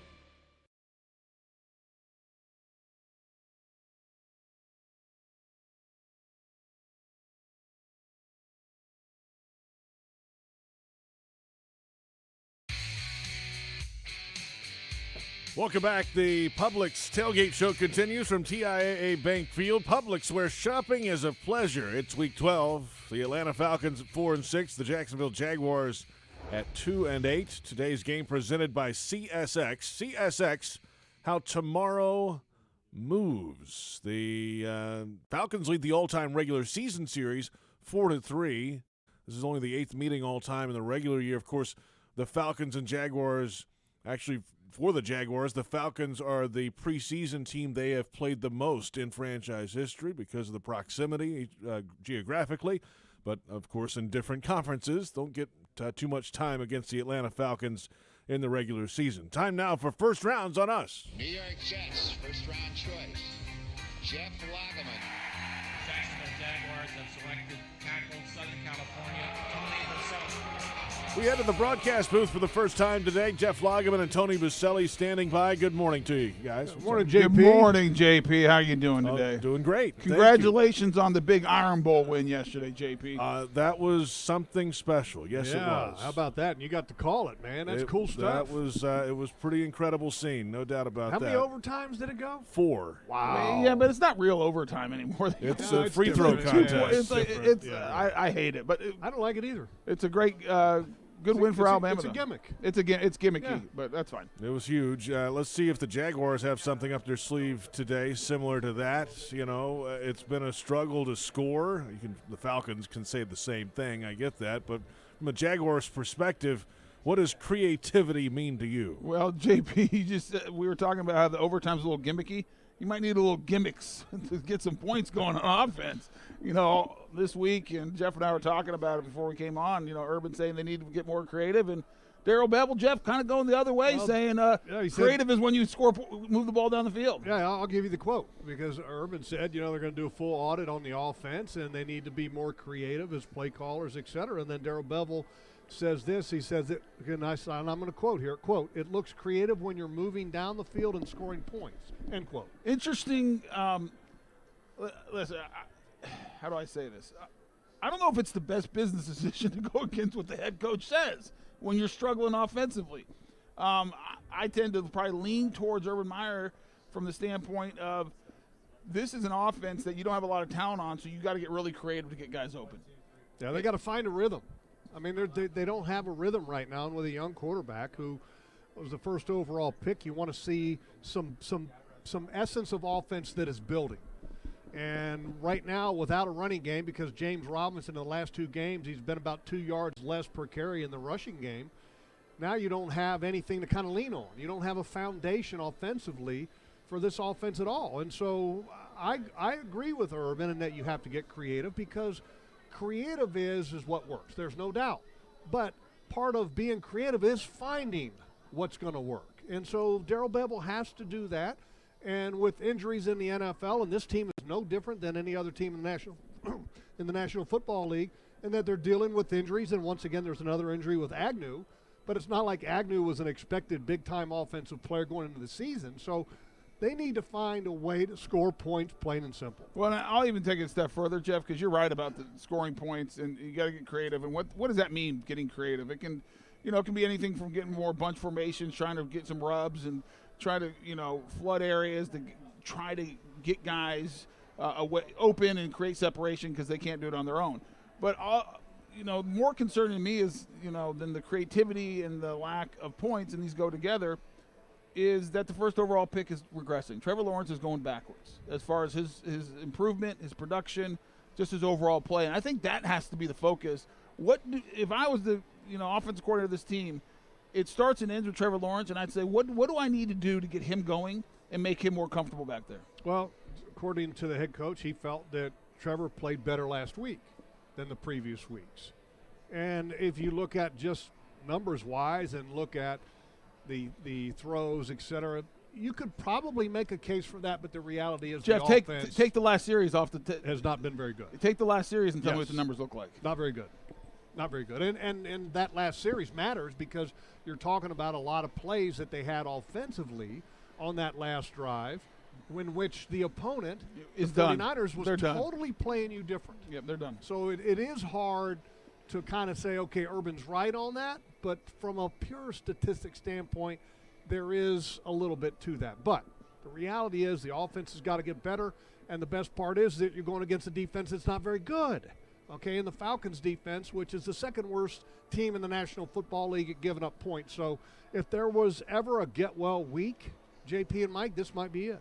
Yeah, one of those guys that needs to play better, guys, is Marvin Jones Jr., who didn't really have any productivity until that final drive of the game. And he and Laviska Shenault, unlike Jamal Agnew, were expected to be big parts of this passing game, and it hasn't panned out that way so far. But they're left at the top of the depth chart. What do they individually need to do themselves to make sure that they're playing their best? Well, I mean, all you can do as a player is go run the route and execute the play that's called. I mean, that's the most important. I mean, you're not going to get faster. You're not going to get stronger. You're not going to get, better from a physical standpoint from one week to the next. What you can do is be more precise. You can be more focused. You can, do the extra studying to find ways to improve on your craft. But the reality is Marvin Jones, good player, at Detroit. I mean, as far as production, but always was that number 2 or number 3 guy. And had a one opposite. Now he's asked to be that number 1 guy. Laviska Shenault, we talked about. He's more of a running back playing receiver, in my opinion, because he doesn't run great, but he's great when he gets the ball in his hands after the catch. So I think you get creative how you get him involved. Maybe put him in the backfield a little bit. I mean, we've been asking for that, and especially with James Robinson beat up, Jeff, that might be a way to get more involved. It might, and they've tried to do a little bit of it, but I don't think they've been able to assemble enough plays, especially last week, to be able to make that kind of a big part of the game plan.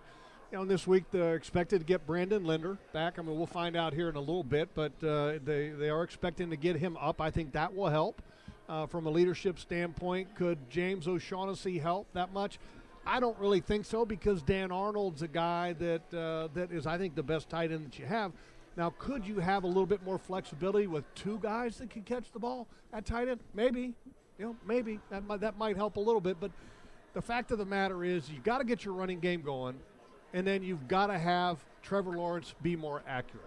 Jeff, but you bring in Brandon Linder, and obviously you want your starters back.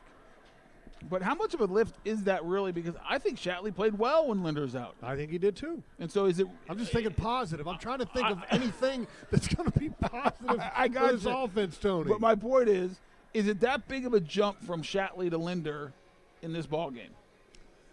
No, because there's not a dominant player on the other side. So to answer your question, honestly, it's not that big of a jump, particularly this week. Now, if they had a preeminent player as a defensive tackle or a nose tackle for the Falcons, then I may say differently, but this week, no.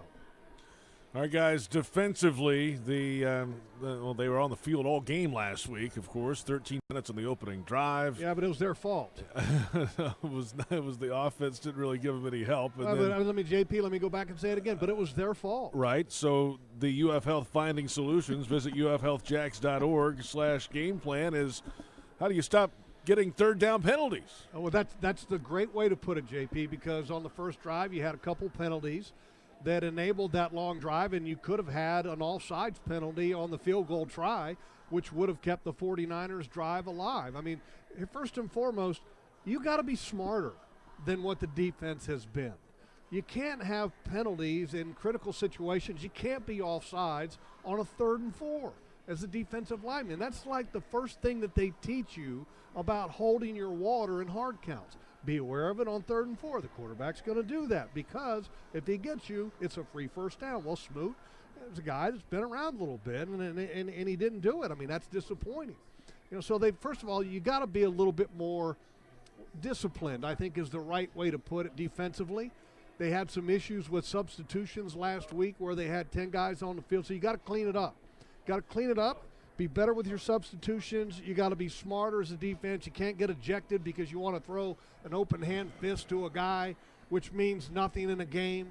You got to make sure that if you're wearing the C on your chest, that you're accountable to your teammates first and foremost, and not worrying about I've been disrespected.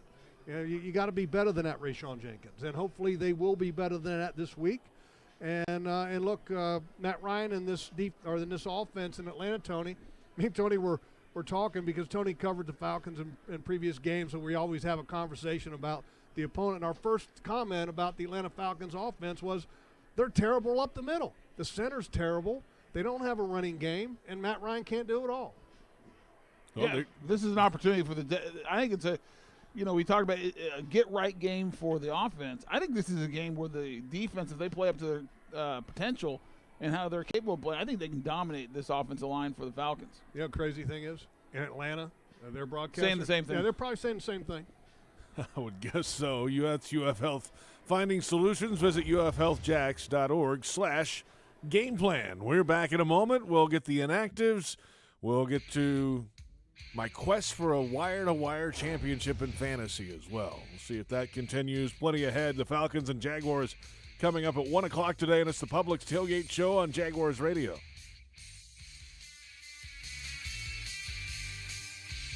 Touchdown at Jaguars away games when you fly nonstop from Jacksonville International Airport. Join the Jaguars at Houston, Cincinnati, Indianapolis, and Los Angeles. Taunt the other teams in Nashville, New York, and Boston. When you fly nonstop from Duval, on-airport parking will punt the stress from your travel itinerary. Garage facilities offer defensive coverage from the weather and are a 50-yard dash from the terminal. And economy lots are now open at just $6 a day. To learn more about nonstop flights and on-airport parking, visit flyjax.com. Are you a Jags and a pet fanatic? Then enter for a chance to win your very own customized jersey and answer game day trivia live on the TIAA Bank Field video boards at an upcoming Jaguars home game and our Pet Fanatic of the Game sweepstakes, presented by Pet Paradise. To enter, scan the QR code on the Sky Patio or go to jaguars.com/fanatic.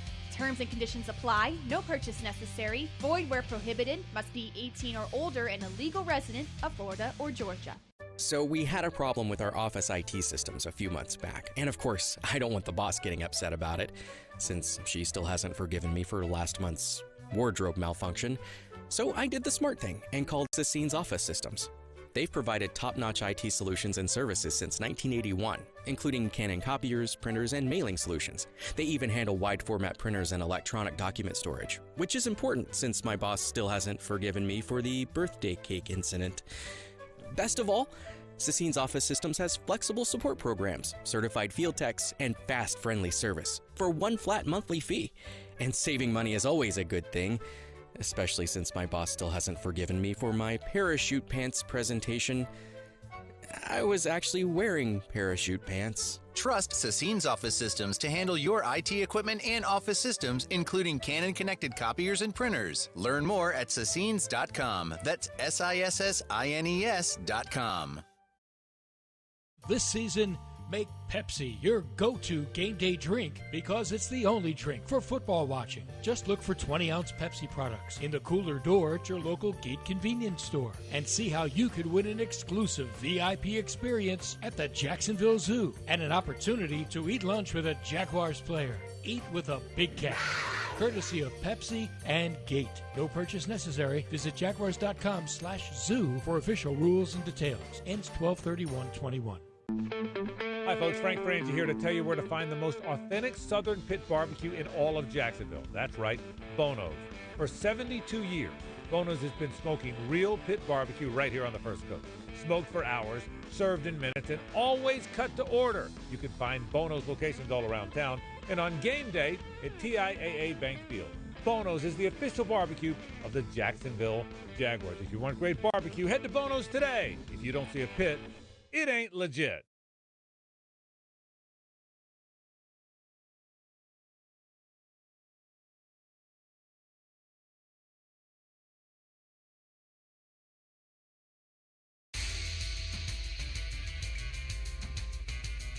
JP Shadrick, Mike Dempsey from TIAA Bank Field in Jacksonville. The Publix Tailgate Show continues. It's Week 12. The Falcons and the Jaguars at 1 o'clock today. And today's game is presented by CSX. CSX, how tomorrow moves. Let's get to the inactives for the Jacksonville Jaguars. 6 players down today. Shaquille Griffin, one of those, in concussion protocol. Dakota Allen, linebacker, is out. Casey McDermott, offensive lineman. Tight end Jacob Hollister and tight end Luke Farrell. They're both inactive. And defensive end and outside linebacker, the rookie out of UAB, Jordan Smith, inactive today as well. And, of course, as we've mentioned throughout the day, James O'Shaughnessy is available and active.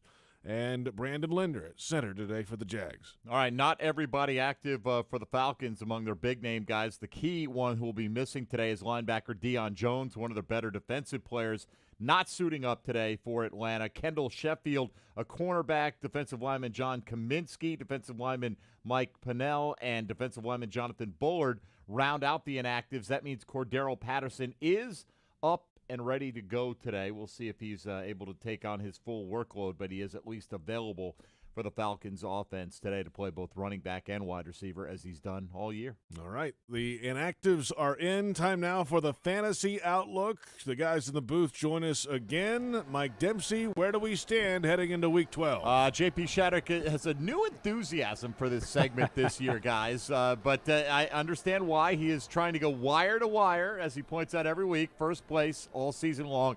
And not threatened last week as he had the top showing of the week with 82 points. Yes, sir. JP had Jalen Hurts, A.J. Dillon, and Justin Jefferson, 2 of those guys going over 30. So Wow. 82 on the week for JP.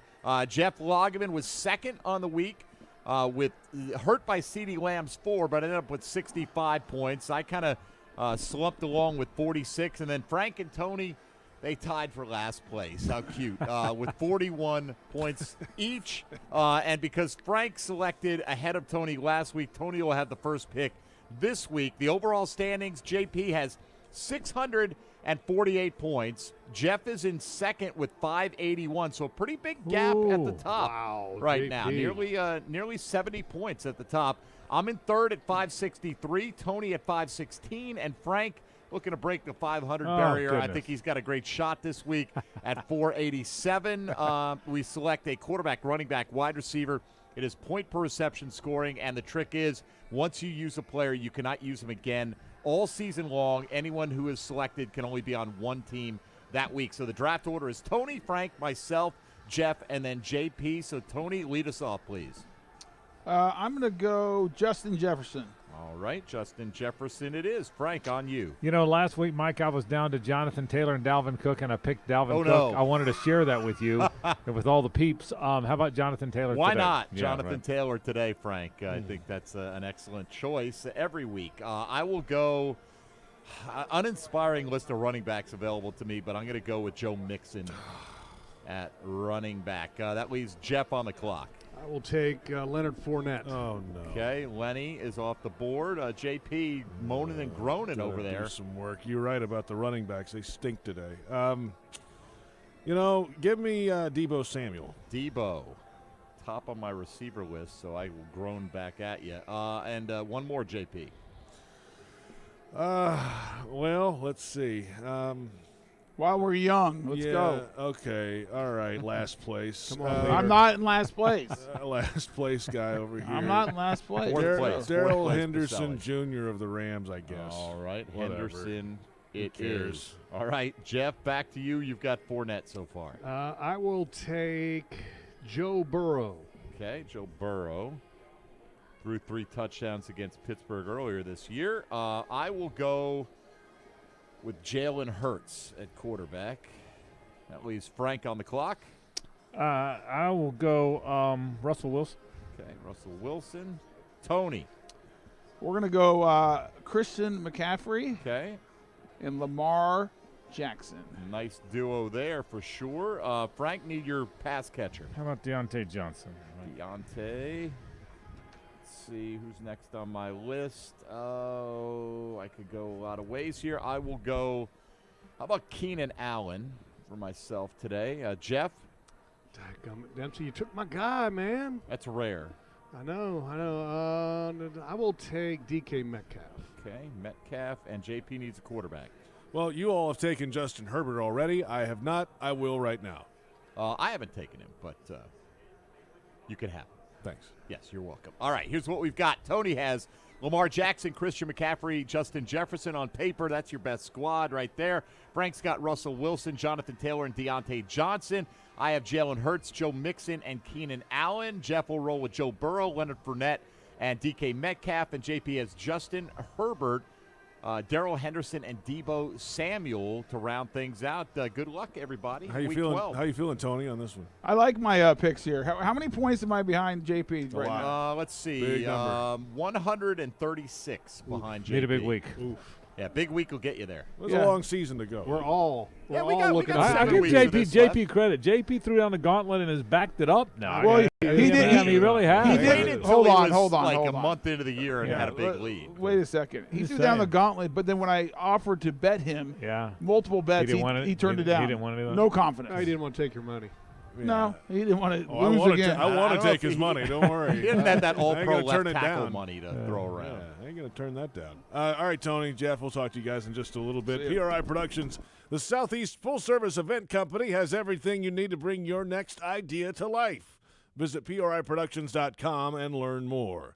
We visit a little longer with Frank Frangie up in the broadcast booth. Get ready to call the Jaguars and the Falcons. Not exactly a lot of offensive firepower between these two teams, Frank. You know, I got to tell you, and I was thinking of you, JP, as the boys were earlier calling that game yesterday. I was on the edge of my couch. I can only imagine how you were in the broadcast booth. So that is a very cool thing. Yeah, defensive game today, right? I mean, I think this is two teams that have struggled in a lot of ways. But I thought about this. The Falcons are next to last in the league in scoring defense. Now, part of that's because they've been beaten 68-3 the last 2 weeks, and that inflated the numbers a little bit. But, yeah, if you're going to get healthy at all offensively, if you're the Jaguars, this would be the week, right, JP? Let's hope, right? Well, Frank, you know, you make a good point there. The Jags have to be able to take advantage of that. What are they more likely to take advantage of? The fact that Atlanta's been turning it over a lot lately and they've not been creating their own, or that the Falcons give up so much defensively? So will the Jags' offense be more likely to take off, or will the turnover game be more likely to take off today? The Jags might have a better defense than the offense, obviously. So if anything, if you're going to take advantage of one of those two clear weaknesses of the Atlanta Falcons, you're going to probably get the ball away from them some. Where I think the real advantage in the Jaguars, we haven't had a lot of games where the Jaguars have a clear advantage here or there. Where I think they have an advantage, Mike, is I think they've got a better line of scrimmage. So whether that means more turnovers or takeaways, what I really think they can do is run the ball, I think, against this Falcons defense. I think, you know, they've tried everything else down the field, and I think I would probably load it up. I think I'd probably add Walker Little as an extra lineman a few times, and I'd probably try and ride James Robinson if he's healthy. That's how I think I'd play this game. So, there's some weak areas for the Falcons on both sides of the ball for sure. Well, he's not on the report this week. I mean, so James Robinson, in theory, should be a go and a full go, but we know how that goes. I mean, with feet and knee issues, especially feet injuries and heel injuries with running backs, that's not, it's a lingering thing for Robinson, and I'm curious how he looks today. Yeah, and you know what, JP, I'm with you. I'm hoping he's healthy because he's going to play whether he is or not because he's a tough guy. But I just been thinking about this. Is Trevor regressing? Is Trevor struggling? Is Trevor frustrated?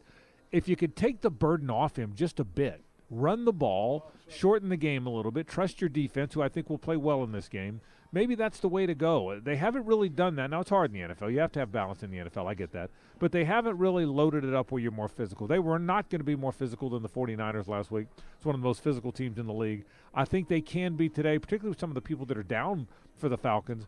Run the ball right at him. That's how I'd play it. Frank, since James O'Shaughnessy went down early in the season, Dan Arnold has come on and become the top tight end despite the fact he didn't have a target last week. How do you expect them to utilize O'Shaughnessy now that Arnold has become a key figure in the passing game? Yeah, I don't know if it's going to be a lot, Mike, because they play similarly. It's not like one's more of a blocker and the other's more of a downfield receiver. They're both move tight ends. They're both their strength is getting down the field and catching the ball. So because they play the same way, I don't know that you're going to see a lot from both of them. You can play two tight ends, but you know this. When you play two tight ends, they're usually different kind of guys. So I think they'll probably ease O'Shaughnessy back in.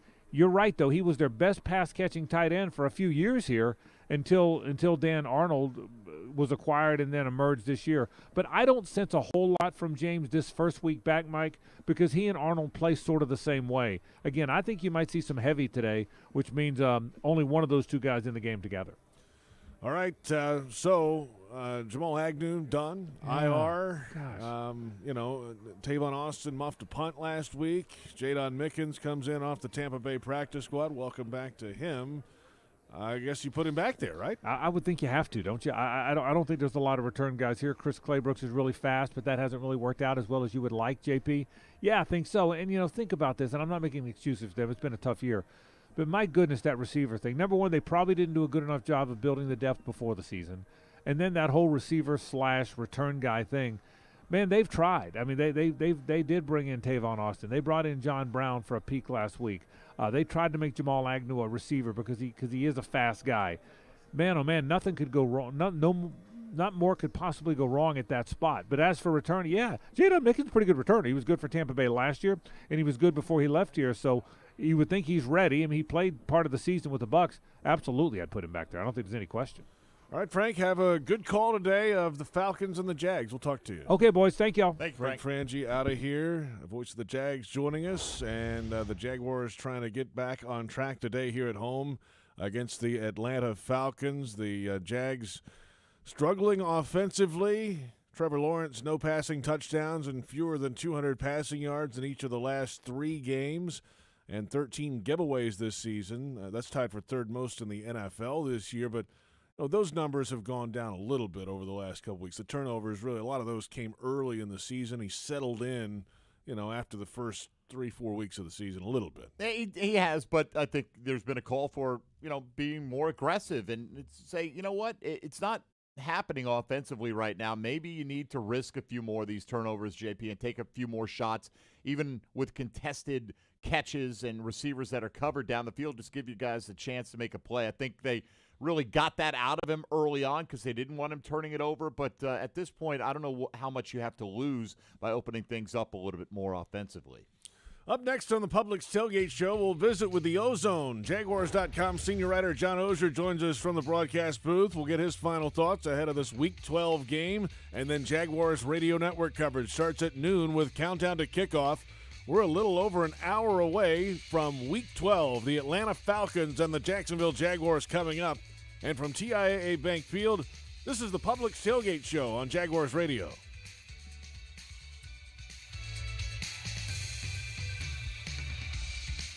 Shopping Publix with delivery and curbside pickup powered by Instacart makes getting your groceries more convenient than ever. It's basically the best thing since sliced bread, which you can order from the Publix bakery. You can also get fresh meats and cheeses from the deli, delicious produce, and Publix premium ice cream, all without having to leave your couch or car. Orders are available in as little as 2 hours. Prices vary from in-store. Fees, tips, and taxes may apply. Subject to terms and availability. Visit Publix.com/shop. Publix, where shopping is a pleasure. Any repeated physical activity puts stress on the body. Checking your phone, getting in the car, sitting at your desk, checking the phone, getting in your car, sitting at your desk, checking your phone for the 50th time today. If you do anything with regularity, you should get massaged with regularity. Massage Envy. Keep your body working. Regular body work makes the body work with massage, skincare, and stretch. Come in today for more information or visit massageenvy.com for more details. Ready to take the next step toward the ultimate you. Dr. Patrick Basil, official plastic surgeon of the Jacksonville Jaguars, presents the Ultimate You Sweepstakes. Enter for a chance to win a cool sculpting treatment package valued at $4,500, plus a Jaguars performance training session. Receive your free customized treatment in a relaxed, modern, patient-centered environment. Learn more and enter the sweepstakes at jaguars.com/ultimateyou or call 904-222-6262. Terms and conditions apply. No purchase necessary. When it comes to water, choose our team, the winning team. Choose CGC Water Treatment. CGC Water Treatment works, and it works for DG too, former Jags QB, David Garrard. If you're not filtering your water, you are the filter. Don't be the filter. Discover the Kinetico difference. Call CGC Water Treatment at 844-CGC-JAGS or visit cgcwater.com. CGC Water Treatment are proud partners of the Jacksonville Jaguars and your local independent Kinetico dealers. At VyStar Credit Union, you inspire us to deliver on our promise, to do good for our members and our communities. That's why we offer more banking options, like better rates and no hidden fees. We also give back, donating several $1 million to hundreds of nonprofits each year. Better financial lives, stronger communities. VyStar Credit Union. Do good. Bank better. Visit vystarcu.org/join. Insured by NCUA.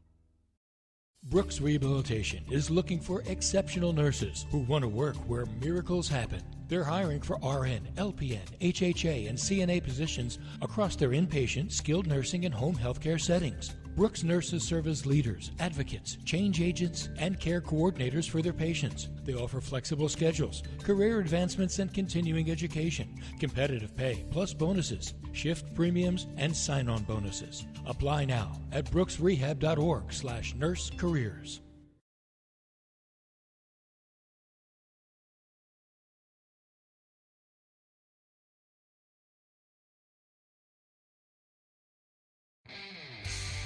Final moments of the Publix Tailgate Show. The Falcons and the Jaguars coming up in Week 12 at TIAA Bank Field. Today's game presented by CSX. CSX, how tomorrow moves. The salute to service game here at the bank today. Well, the Jaguars defense, we've talked about how it's felt better the last month or so. Well, there's a reason. They've allowed fewer than 350 total yards in all 4 games since the Week 7 bye. In the 6 games before the bye, 350-plus yards each and every week. Now a visit with the Ozone. This broadcast is Ozone friendly. The Ozone. Don Oehser never gives up yardage. He joins us from the broadcast booth here at TIAA Bank Field. Good morning, John. Good morning, JP. And I think I'm glad you led me in with the defense because it's an interesting game for the defense to me. They had looked very, very good for 3 or 4 games, with the exception maybe the Seattle half. But then last week against San Francisco, with Shaquille Griffin out, didn't cover as well as they had the last couple of weeks. So I think that's a huge X factor today. Shaquille Griffin is out, as people know.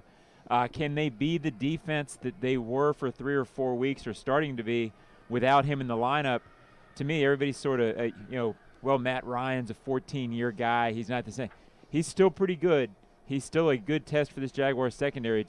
So to me, that's where the matchup is today. And I think, John, with the individuals on that side of the ball, Cordero Patterson has been the offensive MVP of this football team this year for the Atlanta Falcons. Him being active today, I think, takes some pressure off, because when he's not in there, you don't have to really worry about the running game. So what's the plan to make sure you contain Patterson today? Well, I think just, run to the ball. Always be aware of where he is. I think you're right, Mike. They are a different offensive team with him than without him. And to me, the fact that he's playing, I think, gives the Falcons a big edge in this game. Josh Allen playing at a high level. We heard from him earlier today. Defensive end outside linebacker, of course, year number 3. He's got his head right. He's healthy now, and it's showing up every Sunday. Yeah, I was asked this week in the Ozone, hey, they're 2-8. What do you watch for? What's left this season? And to me, the development of Trevor Lawrence, the continued ascension of Josh Allen, and finding more guys like Josh Allen and Trevor Lawrence who you think you can build around. But getting back to Josh Allen, I absolutely think he's the best story of the season for this team. You feel like he's now an elite player. He's always a guy who gives you the chance. They need takeaways. They only have 5 this season. Josh Allen's the one guy on the team who each game going into it, you wouldn't be surprised if he creates a turnover, a big play. To me, the rest of the season, really, he has to play well, create something for me to think they have a chance. John, Jamal Agnew had become an increasingly large part of the offense. Even when he didn't catch the ball, they targeted him a lot. He started to run the ball a little bit. Where do those touches go now that he's on IR? Well, you would think maybe Tavon Austin, Laviska Shenault a little bit. I just don't think Laviska is the same kind of player as Agnew because of the speed difference. I do think they're going to get touches to Laviska today. I think they're going to try to get him involved. That seemed pretty evident listening to Darrell Bevel and Urban Meyer this week. He has to break tackles. He has to be physical. I think the chances go his way. I'm curious to see how that's going to look because he's not the fast guy the other 2 guys I mentioned are. Dan Arnold was not targeted last week, the tight end, of course. He's been the leading target since he arrived here in the trade from Carolina. James O'Shaughnessy's back in the fold today. You kind of jump him back in there quickly as well. How do you work with both of these guys? Yeah, again, I think right now you're looking for little storylines like this. And, we haven't seen really, JP, since, you, I, Mike have been around this thing together for maybe 10 years, 11 years. We've never really seen 2 tight ends who you feel like have the ability to be open consistently 10 to 15 yards downfield. Yeah. So how does that look? I mean, that's a long drought without those guys, fellas. But, I mean, they were able to bracket Arnold a little bit last week and take him away. Can they do that with both in the game? How much will they use that? I think they'll use it a little bit with O'Shaughnessy first coming back, but I've got to think that's something they want to see the rest of the season. John, James Robinson not available not 100%, let's say, the last few weeks. He obviously played, but off the injury report this week, how desperately do they need him to be the guy that we've seen really for about a year and a half prior to the last few weeks? Very. And I won't stop, but it's I was surprised this year, frankly, that he was the absolute key to the offense. I didn't think early in the season that he would be this important. He's so important. The offense, you know, it was averaging, I think, 18, 19 points a game before he got hurt. It's down to 11 since he has been 100%. He creates good down and distance yardage situations. He helps Trevor Lawrence. All the things a back like him is supposed to do, he does. Encouraging, I think, that each week he has practiced a little more. This is the first week he's off the injury report by Friday. You hope that's an indication that he's closer to 100% because, you know, very, Mike, is the answer. Big, deep answer there. John Oehser with us from the broadcast booth. Let's wrap with this one, John, about the quarterback. And, you know, we've heard the buzzword of creativity from Urban Meyer this week, you know, on the offensive plan. Darrell Bevel's trying to talk through how they could do some things. But then you ask Trevor Lawrence, and it's like, you know what, it's really more about execution of the plays that are called. And that's what the quarterback most of the times is going to say. They could go make more plays as well. Well, it's sure what I want to hear from him because I think he's right. Yes, you can be creative, and, you know, Urban Meyer was as up front as I've honestly ever heard a head coach say, hey, the coaches have to be better at this. That's a pretty strong statement.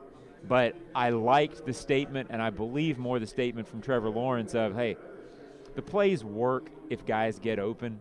The plays work if guys make plays.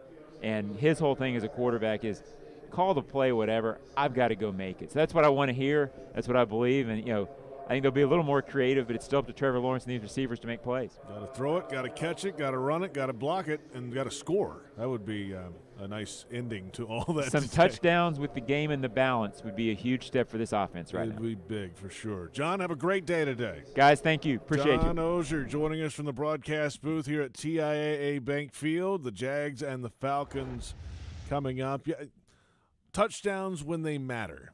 It's been a while since that's happened here. Yeah, well, they all matter to the Jags, but I understand the point you're making. You know, when the game is in the balance, when the outcome's to be determined, can you come through? The team hasn't done very much of that. They really haven't done very much of that at all in terms of scoring compared to the league average this year, JP. But it would be great if this is a fourth-quarter game, if the Jags could pull it out with a game-winning drive. It would be nice, or a blowout today. How about That'd the Jags blow them out? Like, get it done. You're allowed to do that. First half. Occasionally. That would be really nice. Let's top 23 points today. Well, how about just one more point than the other team? We'll take that today, of course, for the Jaguars. That's it for the Publix Tailgate Show. Network coverage coming up with countdown to kickoff. Plenty ahead before the Falcons and Jaguars. This has been the Publix Tailgate Show on Jaguars Radio.